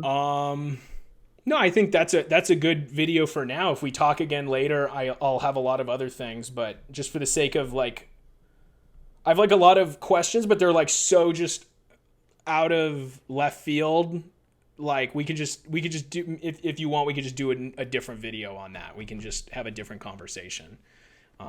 We could, or we could just keep it going and see what you want to. Okay, sure. What the hell? Yeah. Let's do it. Yeah. Later. Because I mean, it's only like an hour, 30 minutes. I have conversations where it's like, where it's like 4 hours and all crazy different topics. But I mean, we could do a different video if you wanted to. Let's do this now. So. What has been the most influential aspect of objectivism on your life so far? I mean, you discovered objectivism like 7 months ago, right? No, it was actually like my junior year of high school. So okay. It would have been 2 years ago. So cool. So what's been the most influential aspect of objectivism for you so far? I guess a big thing. I grew up religious, and there was a sort of lack of pride in myself and lack of thinking that I can go and achieve things for myself. And I've become, I guess, less passive, and I've become more confident in myself and more confident in that the world is sort of beautiful and life is worth living, and there are things worth achieving. Because when I was religious, I was not a very happy person. I was very sad. I was very not proud of myself. I thought that everything, I would constantly like write about how I can't achieve good things on my own. And so like everything has to essentially come from God or from other people. And, that's basically the biggest correction that I think that I've had from objectivism. Fantastic. It makes a world of difference. I was Catholic as well. Kind of. Oh. I was raised Catholic, but I don't know if I was ever really Catholic. I was like, I believed in God, but I kind of like had I agreed with Thomas Aquinas's arguments for the existence of God. I didn't agree with the ontological argument. I agree. That's an insane argument. Yeah. That's insane. It's such a bizarre argument, but like I just kind of thought, oh, well, that's the answer. Like, that's how you know there's a God. Like, I guess everyone else who has faith, like, they just needed the answer book. I guess they're just looking in the back of the book. Like, but I'm not going to do that. I'm going to prove it for myself. But then I was corrected later. But man, that's huge. So it's just like you really like somehow integrated you somehow sort of took in the Christian teaching that like, you know, we're imperfect human beings, or maybe like you cut out for a second. You really took in that Christian teaching, like, oh, we're human, we're only human, we can't really achieve that much. And I mean, Yeah, it's just so much more is possible. It's so great to hear that, because so much more is Oh possible yeah. once you understand these ideas. Like it unshackles your mind in so many ways to learn about Hmm. objectivism and to learn these things Rand figured out. And like it just makes you so much Yeah. different, so much more powerful. So it's great to Hmm. hear. It's great to hear that Hmm. you experienced that. Yeah, and Better I had so much less clarity back then too. Like I have a journal where like that was kind of my transition. You can see in my first journal just this transition of like at the beginning. Like my first journal entry was about an experience I had where I felt God, quote unquote, and the Hmm. last entry is like taking notes from a Leonard Peikoff lecture. It's really interesting to see it's really Nice. interesting to see the whole transition. Um Nice. but yeah, so I was really into the religious stuff. Like I was part of this, I guess, religious group where I would every week we'd all like get together and like talk about how we saw God in our lives. And actually, I could go all over the place with this, but okay. I was actually like really close to my priest. He would give me all these books, and I'd like read all these books about God and religion and all those sort of things. And yeah, I was really really into it, but I was also not a very happy person. I was not confident in myself either. Like the whole idea that in a few years I would be having a YouTube channel and broadcasting my voice to everybody when I like at these meetings where we'd all talk, like at these meetings I could not get out a single word. I would say Wow. like I would speak a sentence and then I'd lose my train of thought, and Whoa. I would become extremely mad at myself for that. And Damn. yeah, I was like, holy shit, I cannot talk to save my life. And I was so not confident in myself. And I guess over time, like objectivism has really helped me correct that. Like I'm literally on YouTube with like almost 300 subscribers and a whole bunch of extemporaneous videos. The whole idea that I'd be making extemporaneous videos, like not even scripted videos, is just crazy to me that I came this far, I guess. I never would have guessed that that's something you struggled with earlier. That's impressive. Oh yeah, Yeah. for sure. It was Yeah. definitely a problem. Huh. So yeah, for you, what's the biggest thing that you've taken from objectivism? The biggest thing for me was I was also, so like I was saying, I was also Catholic. I also took religion very seriously. Um, and the way I put it is I took it so seriously that I saw through it. Like I saw through it because I took it so seriously. Like he's Mm, like, this has to make sense. This has to be rational. This has to be the code to guide my life. Like this has to be the thing that makes my life mean something and be consistent with all that is true. And then that conviction led me to realize it was bogus. So, mm, um, and I was also in these sorts of Catholic groups where we would talk about, I don't know if we'd talk about how we saw God, but we would like, yeah. I would just talk about, we would just talk about life and like applying our morality Mm, to different aspects of life. Like, girls would talk about how they maybe struggled with eating disorders, like, and then guys would talk mm. about how they were The struggle ashamed of with porn and stuff. masturbating or something. What's Yeah. that? Yeah, that's Oh my basically. God, I remember that so Oh clearly. my I remember god. back when I would every time I'd go to confession, like, oh my God, I'm gonna have to confess it again. Oh, I feel I'm so bad. gonna- I was so ashamed of myself too, because I was so afraid, so ashamed because like I would just sit behind the confessional thing too and like do the whole kneeling thing rather than the sitting thing. And then one day I'm like, you know what? I'm gonna be brave. I'm gonna sit down and say it. And I would take like 30 seconds every time, just like I can do this. I can do this. I can tell it. I'm so ashamed. oh my It's so god. terrible. God, that's so gross that like they freaking did that Yeah. to us. It's like the courage it takes to do that. You're like, this is the right thing to do. I did this thing that's bad. I, you know, thought about women and touched myself. Sorry, I guess that's bad. So it's like, anyway, Yeah. but you didn't know any better. I didn't know any better. We thought this was a bad thing. We were told it was a Hmm. bad thing, so we thought it was bad. And then we have the courage, and I did the same thing. I did like I made a big deal. Like I'm gonna look the priest in the eye. I'm gonna look at the representative of God's, of God, and I'm gonna look him Yeah. dead in the eye and say, I did this wrong. I'm gonna try to do better. Hmm. And that courage that we showed is turned against us, because all the people who don't take the religion seriously, like, they don't have to suffer the consequences of this. They're whacking off as much as they want. You know, and they're like, oh, well, God will forgive me. Like, so anyone who takes it seriously, they're immediately, they're the ones who it hits the hardest. It's, you know, we're like, this is sort of, I call this reardening yourself, when you allow yourself to be punished for your virtues.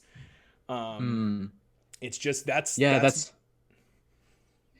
interesting, because like I remember that the concept of like unearned guilt right when I was starting was such a big deal to me, and like now it's like, oh yeah, obviously you shouldn't feel like unearned guilt, but like right away, like integrating that was really important, because as a Catholic, like growing up, I would like guilt is something that is pushed on you, like that Catholic guilt is like this whole sort of cliche sort of thing that everybody talks about. So yeah, it's a big thing, this unearned guilt that comes from like masturbation just being one thing. That was holy shit, like over and over, every single like retreat or like group discussion, it'd be like, all right guys, we're going to separate between guys and girls are going to talk about like, I don't even know what, I don't know, like the whole like, oh, you want to be chaste and you don't want to like show too much and that sort of thing, be modest. That was always the common thing for girls, and then for guys it's like, don't watch porn, don't masturbate. And it's like, it's so force-fed. Yeah, it's but anyway, well, so that wasn't necessarily the biggest thing for me with objectivism. The biggest thing for me was the integration of reason and emotion. At least like at first. I mean, actually, maybe throughout my whole life, this has been the most important theme, actually, because when I explicitly I had an explicit philosophy written out by the time I was 17. And it included God. It was like it was kind of like a Spinozan Cartesian rationalism sort of a deal, where I started with certain assumptions. Like, I think my 3 assumptions were that the senses are valid, we have free will, and God exists. I think those were my axioms. So like, I don't know, 2 out of 3 is not bad, you know? So yeah, that's true. The God exists is just completely arbitrary. I thought I don't know why I thought, my reason for saying that you have to, the first 2 I got right, actually. I said, I didn't know what an axiom was. I'd never read objectivism, but I said, if you deny the senses or you deny free will, you deny everything else. So like, you can't deny those things. So I didn't fully grasp it as an axiom, but I grasped an aspect of its axiomatic nature. Like, and so as a result, I'm like, you have to just, I said, you can't prove these things, but you must assume that they're true. So I don't want to give myself too much credit, but then I went on to deduce a bunch of garbage from that. You know, I was just a rationalist and kind of just used reason. I mean, this was actually a big deal. I used deduction, rationality, to just sort of deduce all of these things I had kind of accepted on faith. I just like thought like, oh, I really used faulty methods. It really was, you know, Rand made a big difference for me in that realm. But something that I concluded when I was around 17 is you really have to go with your reason over emotion. So I saw a lot of the result of holding emotion above reason. And I said, like, no, like reason, you have to base your ideas on reason. And I thought that meant that you had to ignore your emotions. And then upon realizing, oh, your emotions are just the responses to your values, and you choose your values and you can choose them according to reason. So there doesn't have to be a conflict. It was just, it was such a huge game changer for me. That was the biggest thing for me. So. Yeah, for sure. Yeah. Crushing that dichotomy is a big deal too, because I was definitely someone who would be very repressive with my emotions, just in favor of reason, just be in favor of being logical and rational. And I would like repress my emotions. And I was not a very happy person, I guess, because like repression does not lead you to very positive emotional states. But yeah, I guess over time, like I've become a more emotional person, a more like, I have a much more wide range of emotions now than I ever did in the past. And that, I mean, that's helped me in so many ways. Like I'm like more charismatic because of it. I'm more happy in general because of it. Like there's so many ways in which just being a more like emotional, happy person helps. Damn, that sounds great. I didn't know all of that about you. That's really great to hear. Yeah. Yeah, for sure. there's a lot to gain from objectivism. Like I'm always like, 10 or 11 years now working, using it every day to become smarter, more integrated, more emotional. There's so much to be gained, and introspection is one of the main ways to do it. So, it's just, Yeah, for sure, for so sure. keep it up, man. Yeah, and it's I guess it's always important too to like, I don't know, like sort of grapple with these ideas constantly, like make constantly sort of make sure that they're true rather than ever, don't ever like accept them as dogma. Don't ever accept them on faith. Like you can't, like there's times where I feel like I'm starting to get to that point where I'm just like, oh, accepting these ideas, like memorizing them, but then I need to realize like, no, I need to grapple with these ideas. I need to like, is this actually true? Is this thing that Rand's telling me actually true? And then I grapple with it, and then usually like I like sometimes at first I'll be like, wait, this isn't actually true. And then like I'll think about it, and then I'll grapple with it, and then I'll realize it's true. And I'll have a more deep understanding of why it's true, and like other things surrounding that sort of, like other things surrounding that principle. Yeah, that's Why extremely those are true. important. Yeah, I mean, that's extremely important to do. Yeah, it's just. But wait, dude, don't we have to trust philosophers? Don't we just like have to like? Oh And then as no. soon as a philosopher says like one bad thing, we just like throw everything else they said in the garbage. Oh, like Aristotle got the number. Aristotle thought women had less teeth than men. I guess we'll throw the law of logic out too. Like he was a rationalist. Oops, he didn't look at women's mouths to actually determine how many teeth they have. Because if he did, he would have gotten the right number. Oops. Oh man. I guess yeah. Anyway, Yeah, I don't know if I would, I don't know You if I don't want want to to get go into down this whole that like, route. no, I don't know. I don't know. I think I don't know. There's a sense in which I think Puya might have been misinterpreted there, because I think he's more trying to argue that like if a philosopher has bad methodology, you don't want to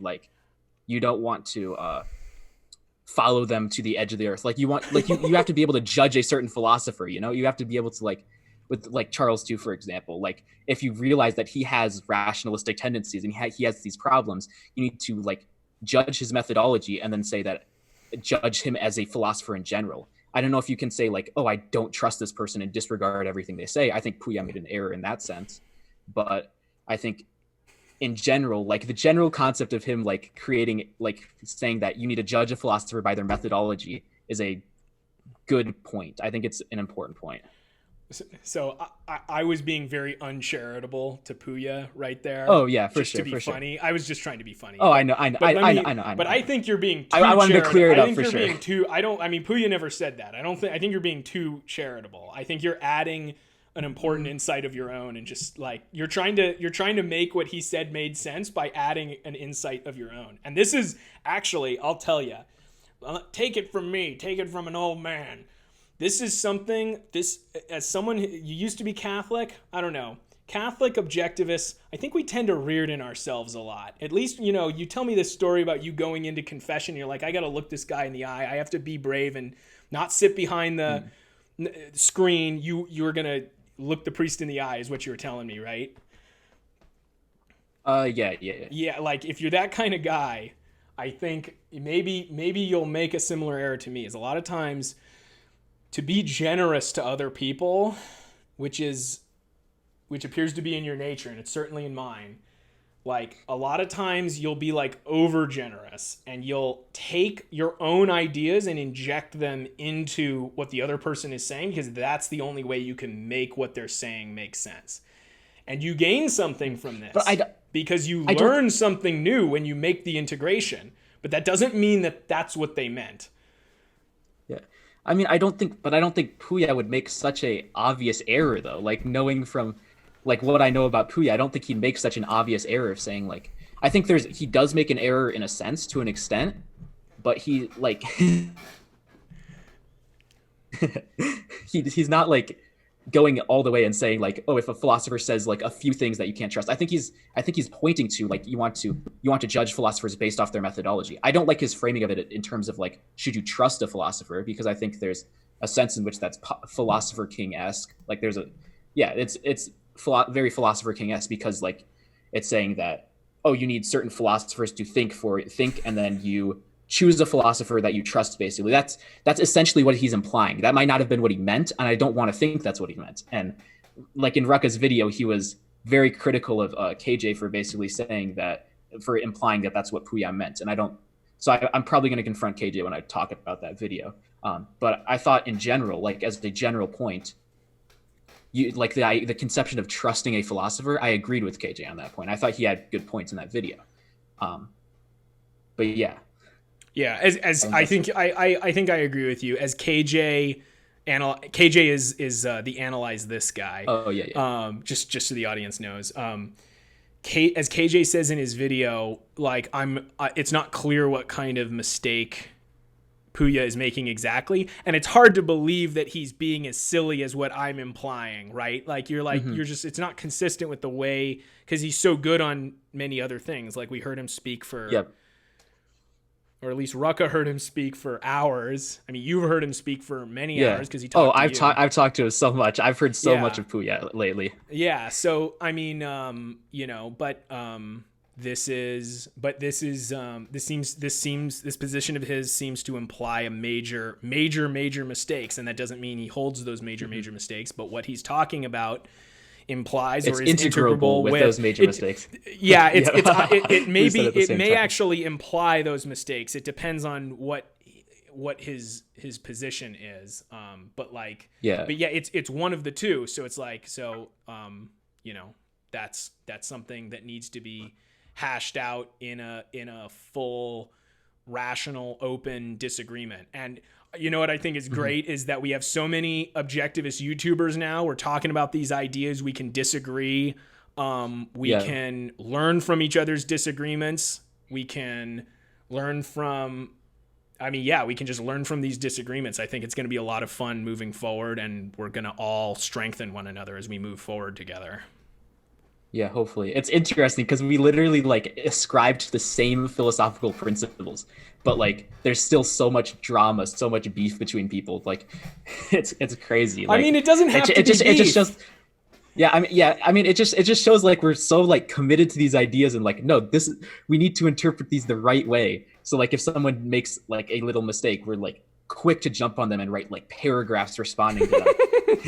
Well, it is important. I mean, we shouldn't do it in a way where we're trying to hurt each other's feelings or whatever, but we have to put the truth above our feelings and the feelings of others. This is important. We want to get this right. If you think someone's wrong, and you think it's worth your time to respond, you got to do, or like you should do so. Cause like I said, we're in this situation. We are a certain generation of objectivists. We have Rand gave us the Infinity Stone. Now we can but to use it, we have to understand it.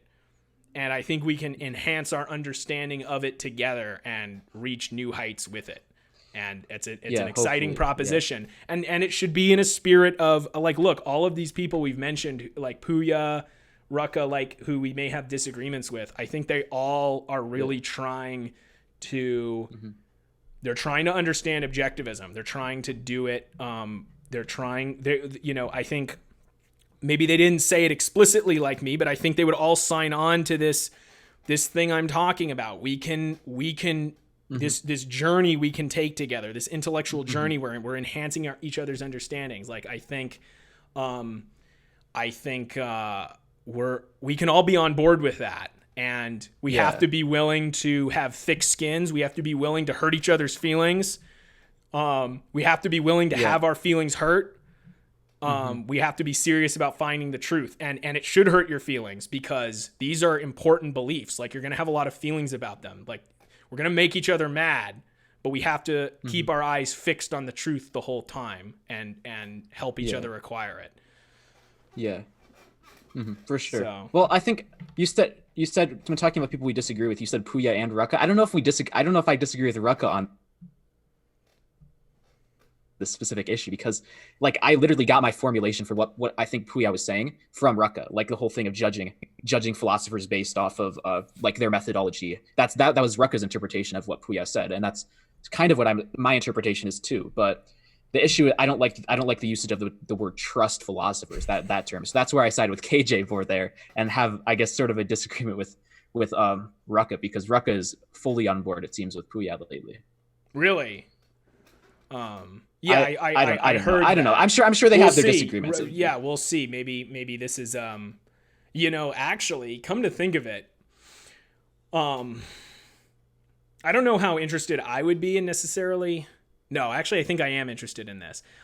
Maybe this is something that that calls for a joint discussion, because to me, and KJ has said this too, this issue of like whether you trust philosophers or not, this is related to the issue of reason absolutism. Like, do you think reason is an absolute? Do you think that knowledge comes only from your own independent judgment and observation of reality, or not?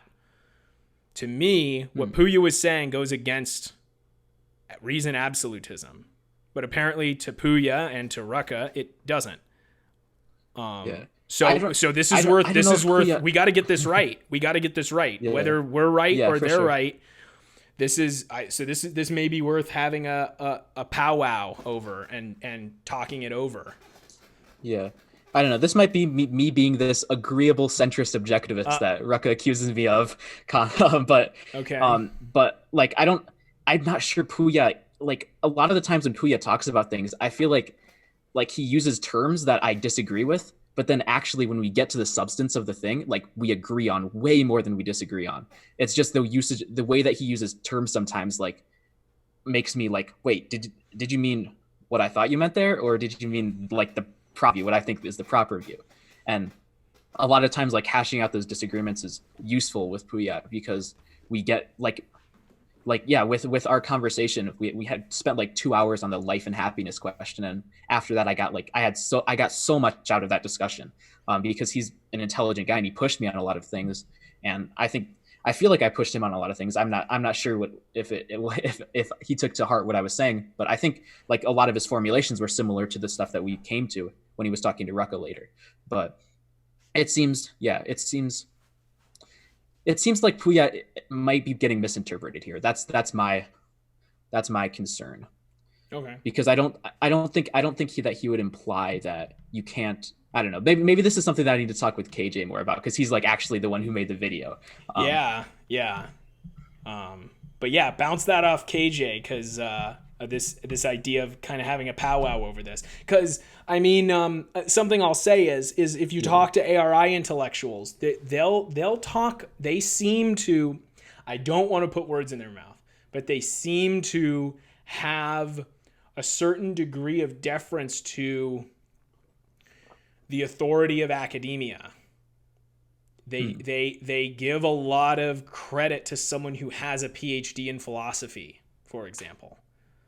And that's an interesting preference, to put it mildly. Yeah, I mean, there's a sense in which that's important though, because like philosophy it's difficult issues, and it can be specialized. Like it's not like anybody can do it, but not everybody will like go and get a very technical philosophy. So it's like there's a sense in which we do need to judge philosophers and take and like listen to some of the things that they say, and like we need to come to an understanding of it independently. But like the sort of ideas that are on the table, so sort of the ideas that are like on the menu for us to choose from, come from the philosophers, and we can't consider every single philosopher and every single idea in our lifetime, because we don't have that time and we don't have that technical knowledge.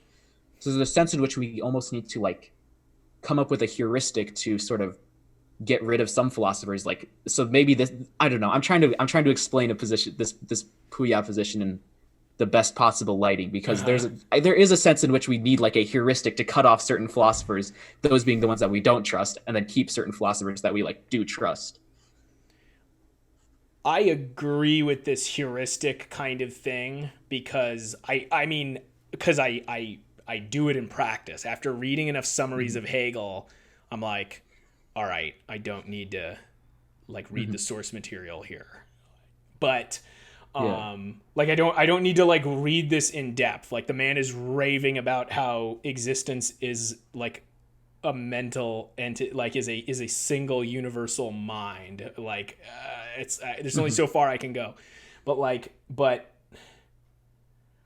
so there is a heuristic there, but I think focusing on that heuristic leads to diverting yourself from the essential issue, which is that you have to make up your own mind. You have to Yeah. everything you should act on should be based on your own independent judgment. And even in the case of the doctor who has specialized knowledge you don't have time to dig up, you have to be convinced within the context of you have to prove to yourself within the context of your knowledge that this doctor's solution is better than the alternatives based on your own Yeah. context of knowledge. Like, so it's just, so you're right about the fact that these heuristics are play a role, but it's just not essential. It's not the essential issue. And so like, it's easy Yeah. to sneak in, positions which are integrable with dogmatism when you talk about these heuristics and make them seem like they're on the same level as thinking independently. So, Yeah. That's actually one thing that I've been sort of like ever since I've gotten involved in the objectivist community on YouTube. I've kind of clashed with people over like things related to dogmatism. And there's this lecture that I still need to watch. I don't know why I haven't watched it yet, but I just haven't gotten around to it, where that I think Diego has cited to me, Puya cited to me, and they say that as a young objectivist, you should take these ideas sort of as dogma and then learn them like that. And what? I'm not. Yeah, no. See, I don't like that formulation. Like Rand's ideas, when you're learning her ideas, then don't let your mind get poisoned by bad ideas. And that was I thought that was a really, really bad framing of things. So I've been arguing with people about that, and I think that's one thing that I've been arguing with Puya and Diego about it for I don't know. Diego's come around though. Diego's like, it was, I don't know. The whole thing with Diego was about my debating. So he used that as an argument against me going out and debating at a before I like fully understood the ideas. But then I basically explained to him like, oh no, this is why I go debate. Like I do this to learn the ideas better, to see the context in which they fall when compared to other ideas. So I like conversing with people with whom I disagree. So, and then Diego understood that and was like, and we're good with that thing now. And Puya, I just haven't talked with him in a while about that. But I need to watch that. I need to watch that lecture to see if they're interpreting it correctly, or yeah, I don't know if I can speak to that as much as I would like to. I mean, I think it's great what you're doing, debating people. Like, even if you're not ready, something you might want to say though is, but although people should frickin' understand this, you don't speak for Ayn Rand, right? Yeah. Like, I mean, so it's like, I'll say that too. I don't speak for Ayn Rand. I think I understand it, and I'm building new ideas off of what Ayn Rand taught me. But, you know, I mean, I mean, the thing is as long as you're a reason absolutist, none of this should matter. It's just Garrett says what he says. I agree with some of it. I disagree. James says what he says. I think some of it's consistent with Ayn Rand and some of it isn't, despite what he thinks. I agree with, you know, like people can make these decisions for themselves. And so it's just like, I think this is why I find this. And then you get, and apparently they're saying you shouldn't go out and debate people because you might lose and make Ayn Rand's ideas look bad. Is that the argument? I think some of it was just like, when you're learning these ideas, you don't want to get like polluted with all these other bad ideas. Oh, well, that's definitely freaking wrong. Yeah, see, that's I don't know. I have a big disagreement. You don't want to get polluted. I actually made a whole video where I like looked at the DDV show and had it in the background and responded to those comments. But yeah, I don't want to get too deep into this because I'm really worried I'm going to misrepresent somebody, and then you're going to go off on a misrepresentation for me. Like go and look at the things for yourself. Make sure you judge them correctly. Okay, right.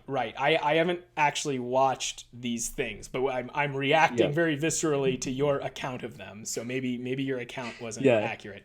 Well, maybe I mean, not. let me ask you something real quick. This lecture that they're talking about not polluting yourself, was this a Peikoff lecture? Yep. Was it the Art of Thinking lecture 1? Yeah. I thought so. How did you know? How did I know? Like, what's the point that they're trying to, or what's your interpretation of that point? That lecture lecture is titled "Volition as a Means to Clarity."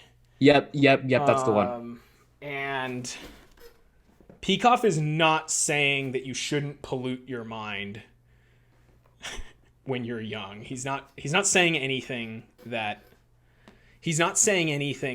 would imply that. He's saying, here's what Peikoff is saying. I'll actually tell you what he's saying.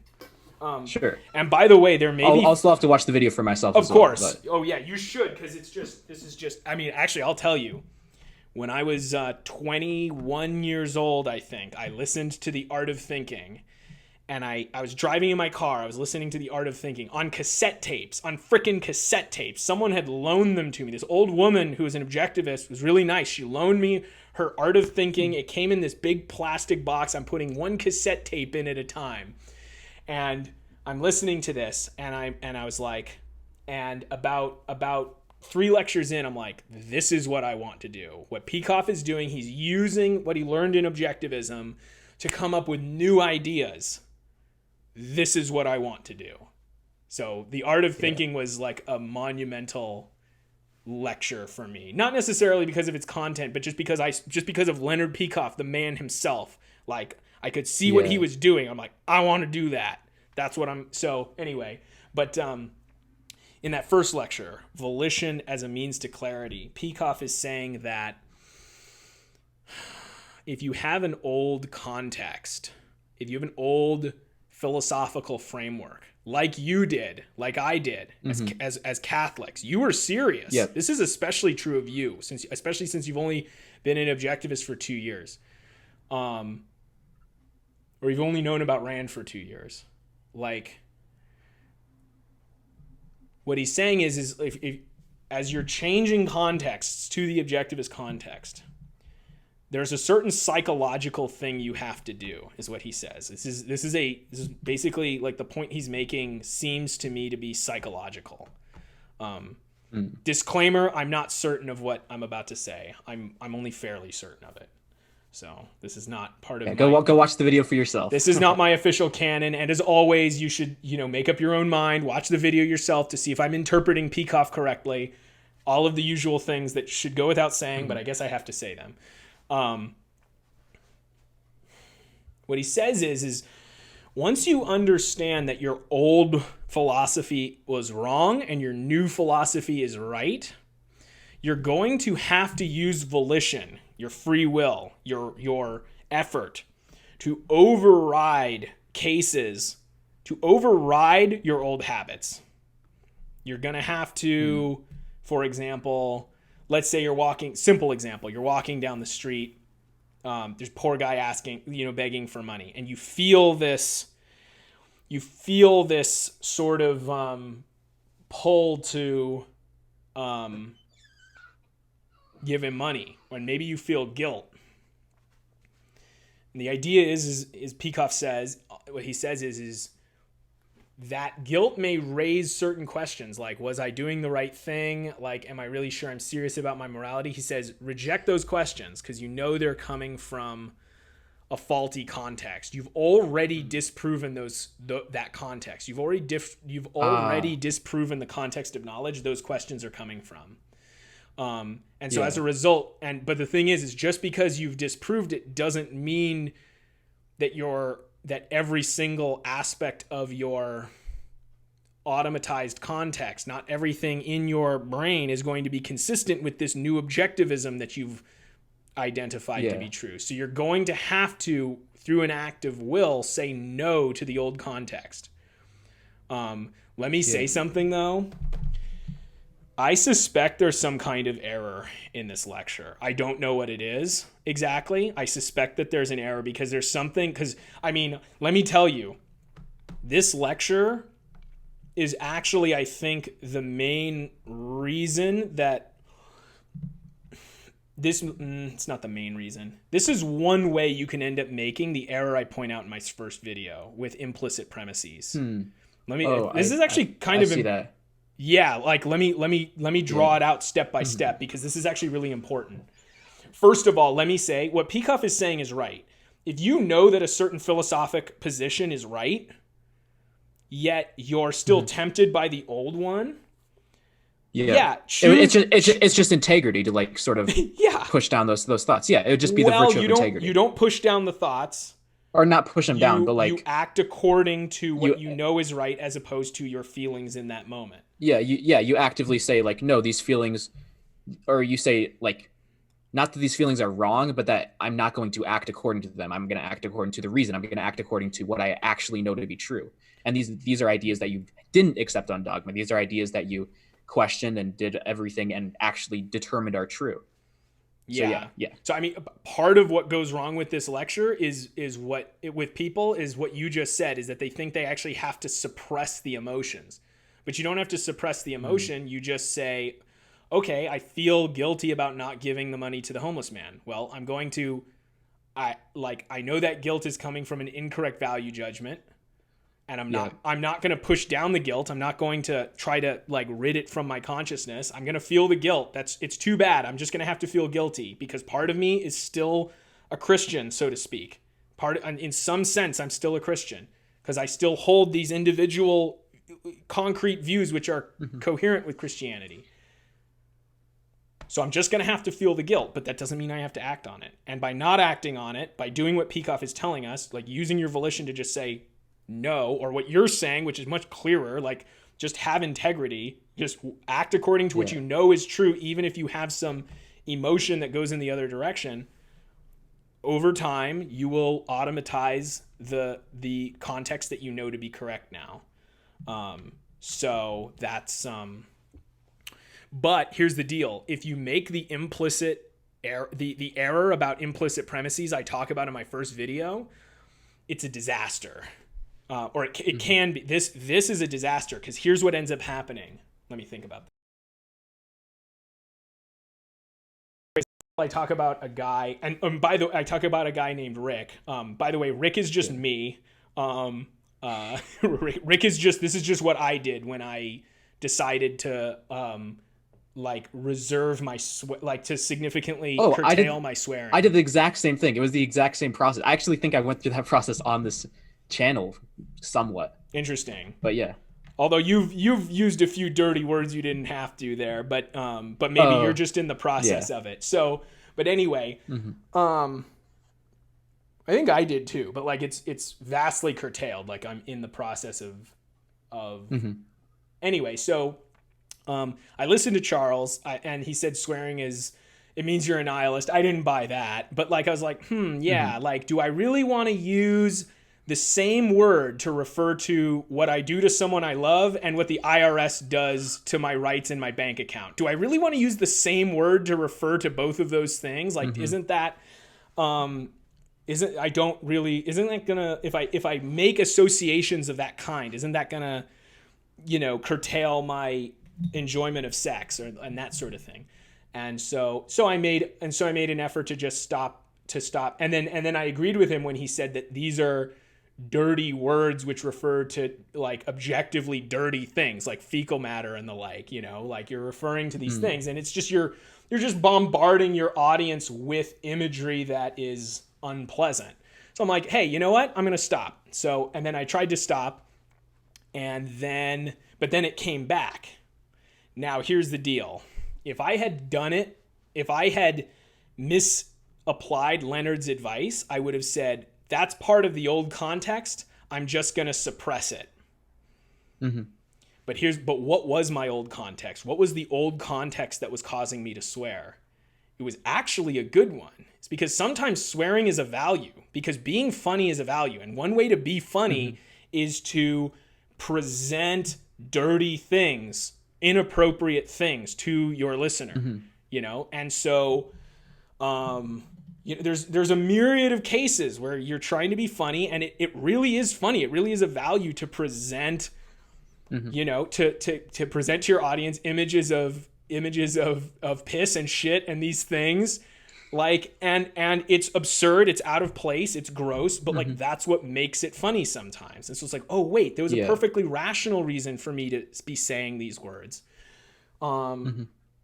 Now, if I had misapplied Leonard's advice, I would have just pushed that down. I would have like cut myself off from premises which were there and were actually right, on the premise that they seemed to be integrable with a bad context. So if you think about this in the greater picture, I think a lot of objectivists may have really misapplied this advice.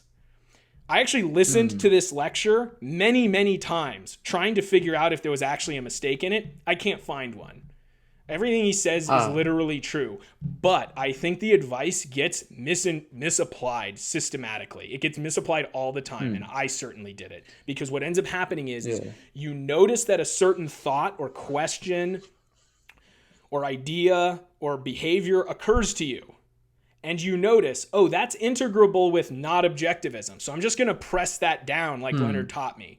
But that's not what Leonard is saying. He's saying, Leonard, like what we need to see is you need to say, what's the thought that's actually causing this question or this inclination towards action or this emotion? Then once you've identified that thought, then once you've seen that that particular thought is wrong, then you suppress, and then you, I don't know if suppression is even the right word, but you decide not to act in accordance with it, using your volition, using your integrity. It's going to be a little hard. It's going to require willpower because part of you wants to do that thing still. But the thing is, if you really understand what's causing you to go in the other direction, it doesn't require as much willpower as you might think. Like once I realized like, oh, this is the kind of swearing that's a value, and this is the kind of swearing that isn't a value, the conflict was removed for me, and it just wasn't that hard to get it right after that. So yeah, for like, sure. so Yeah, this seems like a really, really important principle then, like in this whole like in all those sort of like clashes between objectivists that are going on. Actually, I think I was probably falling into a similar. It's similar to that whole error that Frog Machine likes to talk about, where people like repress emotions, which is a really common thing, it seems like, with objectivists, where like there's this tendency to want to repress emotions that we view as negative, and that was something that I would formulate quite a bit, and I'd like to explain quite a bit, and then Frog sort of came in and corrected me on that. That's what a lot of his videos discussing me were about, and that, I mean, that was something that it took me a while to sort of integrate. But it seems like that, I mean, if what, yeah, like with the thing that you're saying, it seems like that might be integrated with a whole sort of bad view of implicit ideas, and hearing things in different lectures that can be interpreted in ways where you view implicit ideas the wrong way, like such as that Peikoff lecture that we're talking about, where he's actually just saying you don't act based on those premises, instead of saying that you should push them down. That's how some people interpret it, and that sort of is consistent with that whole idea of implicit ideas being this sort of vague thing underlying you in your subconscious. Yeah. Just to be clear, though, Peikoff does not make this error of implicit premises in that lecture. But he does talk about suppress. He does use the word suppress. He talks about suppressing questions. He uses that word. He talks about suppressing questions which come from the other context. Which so then like, that might be something where I just disagree with Peikoff on. That's weird to say. Well, it really depends on the context. I'm hesitant. You like definitely listen to this lecture because I'm on board with you that there seems to be something brought up during this lecture which ends up being a crux of a lot of disagreements between objectivism. And let me tell you, as someone who's been an objectivist for 11 years, I've seen this come up a number of times. This issue of authority, like kind of, it seems like there's some objectivists that almost seem to be pro-authoritarian in epistemology. I don't want to misrepresent them, but it seems that way. Like I'll tell you, there was this philosopher a while ago, I want to say like 6 years ago. Her name was Diana Shea. And she said some silly stuff. I think she was wrong on a lot. I think she was even like pro-trans. Like she thought that like maybe sex change operations were okay, which I mean, like that doesn't make you a bad philosopher on its own, but I definitely disagree with that. But so she said, in my view, she said some silly stuff, but people kind of made the same point Puya was making, actually. This is like, we can't trust this woman. She's not a real philosopher. Like, and she was just discredited and told that she was like, she was told that she wasn't a real philosopher, and people sort of intimated that she shouldn't be listened to because she's not, again, like she doesn't really understand objectivism, blah, blah, blah. But it's just like, look, I mean, I didn't listen to her because I can listen to Leonard Peikoff, and I listened to a few things from her, and she seemed to be wrong on a lot of things. And I just kind of said, hey, why the hell am I listening to her when I could listen to Rand and Peikoff and a bunch of other Hmm. people who are getting things right? But like, that doesn't mean, I don't know, it just seemed, their response seemed inappropriate. That's like, we're going to go on a crusade against this woman who's just trying to be an objectivist philosopher and at worst failing at that. Like, what's the Yeah. deal? Like, Hmm. you can, I mean, if you want to go out there and explain why she's wrong on this one and that one and that one, and then Yeah. talk generally about, hey, this woman has a habitually wrong epistemology. She approaches the issues incorrectly. Just as you can Yeah. learn a good psychoepistemology from reading Rand's literature, there's a bad psychoepistemology implicit in what this woman is doing. You could make all of these arguments, but maybe that's all they were saying. Maybe that's all they were saying. There seemed to That. be authority kind of blended in there, though. Like it seemed like they were saying, Yeah. like, oh, like we shouldn't trust her as a philosopher. When it's like, Yeah. what the hell are you Hmm. saying? I'm sure there's tons of people who've gained tons of good things from this woman. Even though, yeah, like I didn't think she was a great philosopher. Yeah, for sure. I mean, yeah, I don't know. I think that whole heuristic point I brought up earlier can be important in this sense. And I think Yeah, I don't know. I It's mean, it's it's kind of it's it's a kind of an issue. heuristic. It's kind of an issue of it's kind of an issue of what we sort of emphasize in that. Like some people are like very very emphatic on this, like we want to cut off certain philosophers we can't trust and only listen to certain ones that we do trust. And other people are like, now we'll listen to ones that like aren't right all the time, and we'll listen, like even if they have some bad premises or some bad methodology, like I'll still listen to them and try to see what I can take from them and independently judge it. And I sort of fall on that side where you want to, like, I'll still listen to Charles too, even though I think he makes a lot of mistakes, and I agree with a lot of Puya's assessment of him, with some disagreements, of course. But I so yeah, I'll still listen to Charles. I don't take everything that he says very seriously all the time, though. I'm not gonna like be like I was before, where it was like I would take things that he says very, very seriously, where I would like let it affect my life and like let it affect how I sort of did my job at times. Because remember his whole point about like Cutting corners and about yeah, cutting corners and stuff, and I took that to heart because I was like, I hate oh, my job. I'm gonna do that, and yeah, it was not the right thing to do, obviously, but I sort of used some of the things that he would say as an excuse in that sense. But so yeah, so like you need to be able to judge philosophers, but the whole question of should you trust or distrust philosophers, and like should you like when you say trust a philosopher, it seems like you're implying that you should choose a certain philosopher, take what they say almost as dogma. Not necessarily. This is obviously a somewhat of an extreme representation of that idea, but this is sort of the principle involved. You take what they say sort of dogmatically and accept those ideas into you, and distrust other philosophers, and that is a somewhat religious and dogmatic approach to things, I think. whatever it is Puya is advocating, it seems to be integrable with what you just said. He's not Hmm. saying what you just said, of course, Yeah, but what obviously he's not. saying seems to. I think that would be obviously absurd. Yeah, right. Yeah, yeah. No, like yeah, he's not. He's not. I mean, like the man understands a lot of things about objectivism. He's not going to Hmm. say that. But it would seem, and you know, this is why a debate is so good, is because you'll end up rooting out the whatever actual premise the person holds, which seems to be Yeah. integrable with it, or you'll realize that you misinterpreted him, that Yep. actually there's something to That's be learned here, or whatever. hmm I mean that's my initial assumption that I want to make, because I do think Puya is a smart guy. I really do think that it's just a misinterpretation, and that sort of overblown. I mean, with the whole principles of like cooperability that KJ laid out in his thing, like I'm very focused on that. Like I want to make sure that we can, like, I'm actually interpreting him right and not assigning a bunch of bad things to him, because that's one thing that Rucka was very critical of KJ on in his video. Where can I see Rucka's critique of KJ? And Just look up Rucka reacts. oh, Rucka did a video critiquing KJ. Yep. Oh, Yeah. okay. Well, I'm listening to that. Oh, there he is. Oh Yeah. my god, he made a little drawing of KJ. Oh my god. Oh my god. Rucka, if you're watching this, I am so impressed with this art. I don't even care what you say in this video.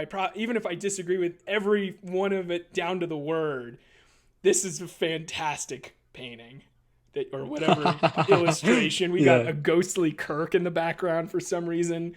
My God, I love this crap. Rucka's thumbnails and backgrounds are always amazing and spot This is the on. I best love by it. far in my view. We got a little baby That's awesome. KJ with his little baby beanie.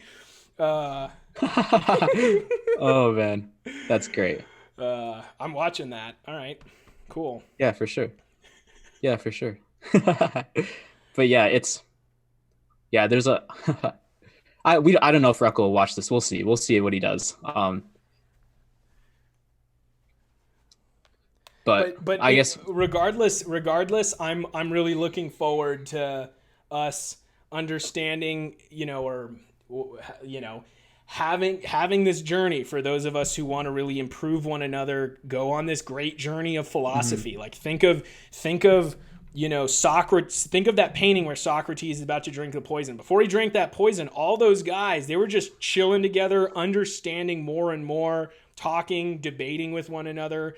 Like they were going on this journey of the mind towards greater and greater understanding and debating with one another, correcting each other's flaws. Like this is what we already have. And if we already have this, but what we can do is we can listen to KJ and have these, what would you call it?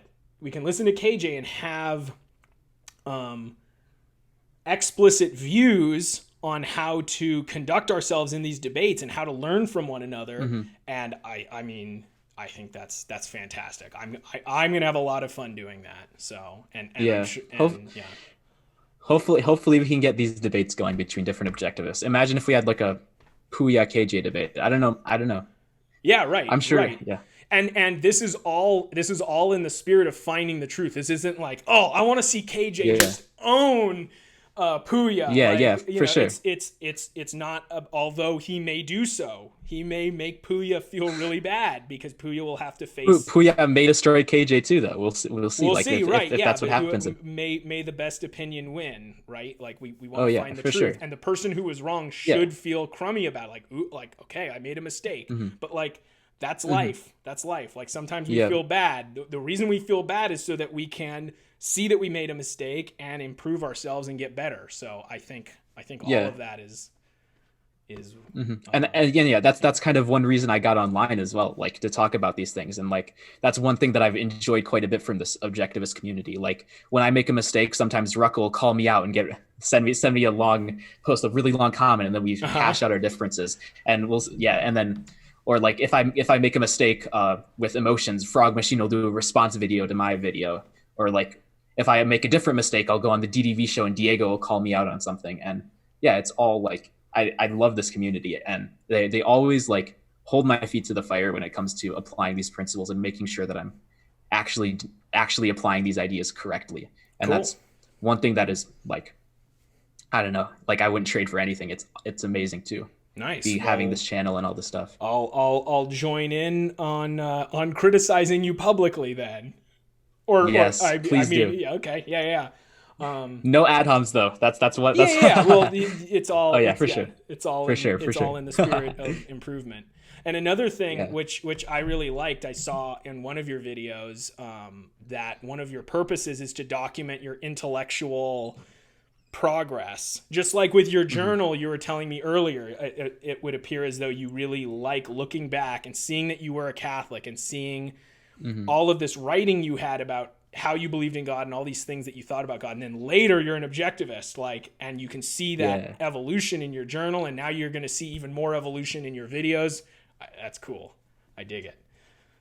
Yeah, for sure. It's exciting. These are exciting times, and the revolution is beginning. Yeah. Yeah, something like that. The revolution in here, which is the important one. Yep. Yeah. Oh yeah, for sure. So. For sure, yeah. Yeah, I think we got a lot out. I didn't necessarily want to go into that whole like KJ Puya thing, but I don't know. I'm kind of glad we did now, because I think we got a lot of important integrations in there and like important framing of this. And if you disagree, go leave a comment. And if you leave a like, I'll get you a free spaceship. I've been watching a lot of Leafy lately, but yeah, because he came back. Oh, Leafy's back. I only know about Leafy because Rucka mentioned him once. And Oh Rucka yeah, was he's leafy for a while, right? what? Rucka was leafy for a while. He was like doing a leafy show, right? I don't know. I don't think It's so. I something don't I know. heard He made a Ruckus song say about once. Leafy, but yeah, Okay, yeah. he was posting all over about Leafy, and it's like, yeah, Leafy's back. Heck yeah. I used to watch him so much when I was younger, but it's nihilistic filth, honestly. No, I'm Yeah. kidding, but it's funny. It's funny stuff. It's actually nihilistic filth. No, no, no, no, no. Oh, It's you're just great. It's being funny. okay. I You're love just it. being. It's the kind of thing Charles would disapprove of, but Oh it's yeah, still for oh good in Charles would your definitely opinion. disapprove of that. Okay, yeah. But yeah, for sure. Um, yeah. Uh, do you have anything else you wanted to talk about, or we could call it here probably? I think this is a great place to call it. I think we covered a lot of good things, and it's good. It's good the way it is. Yeah, for sure. Sweet. Thank you. And then I think I'll just end the video here. Yeah. Thank you all for watching, and I hope to see you all in the next video. Thanks a bunch, Garrett. Peace.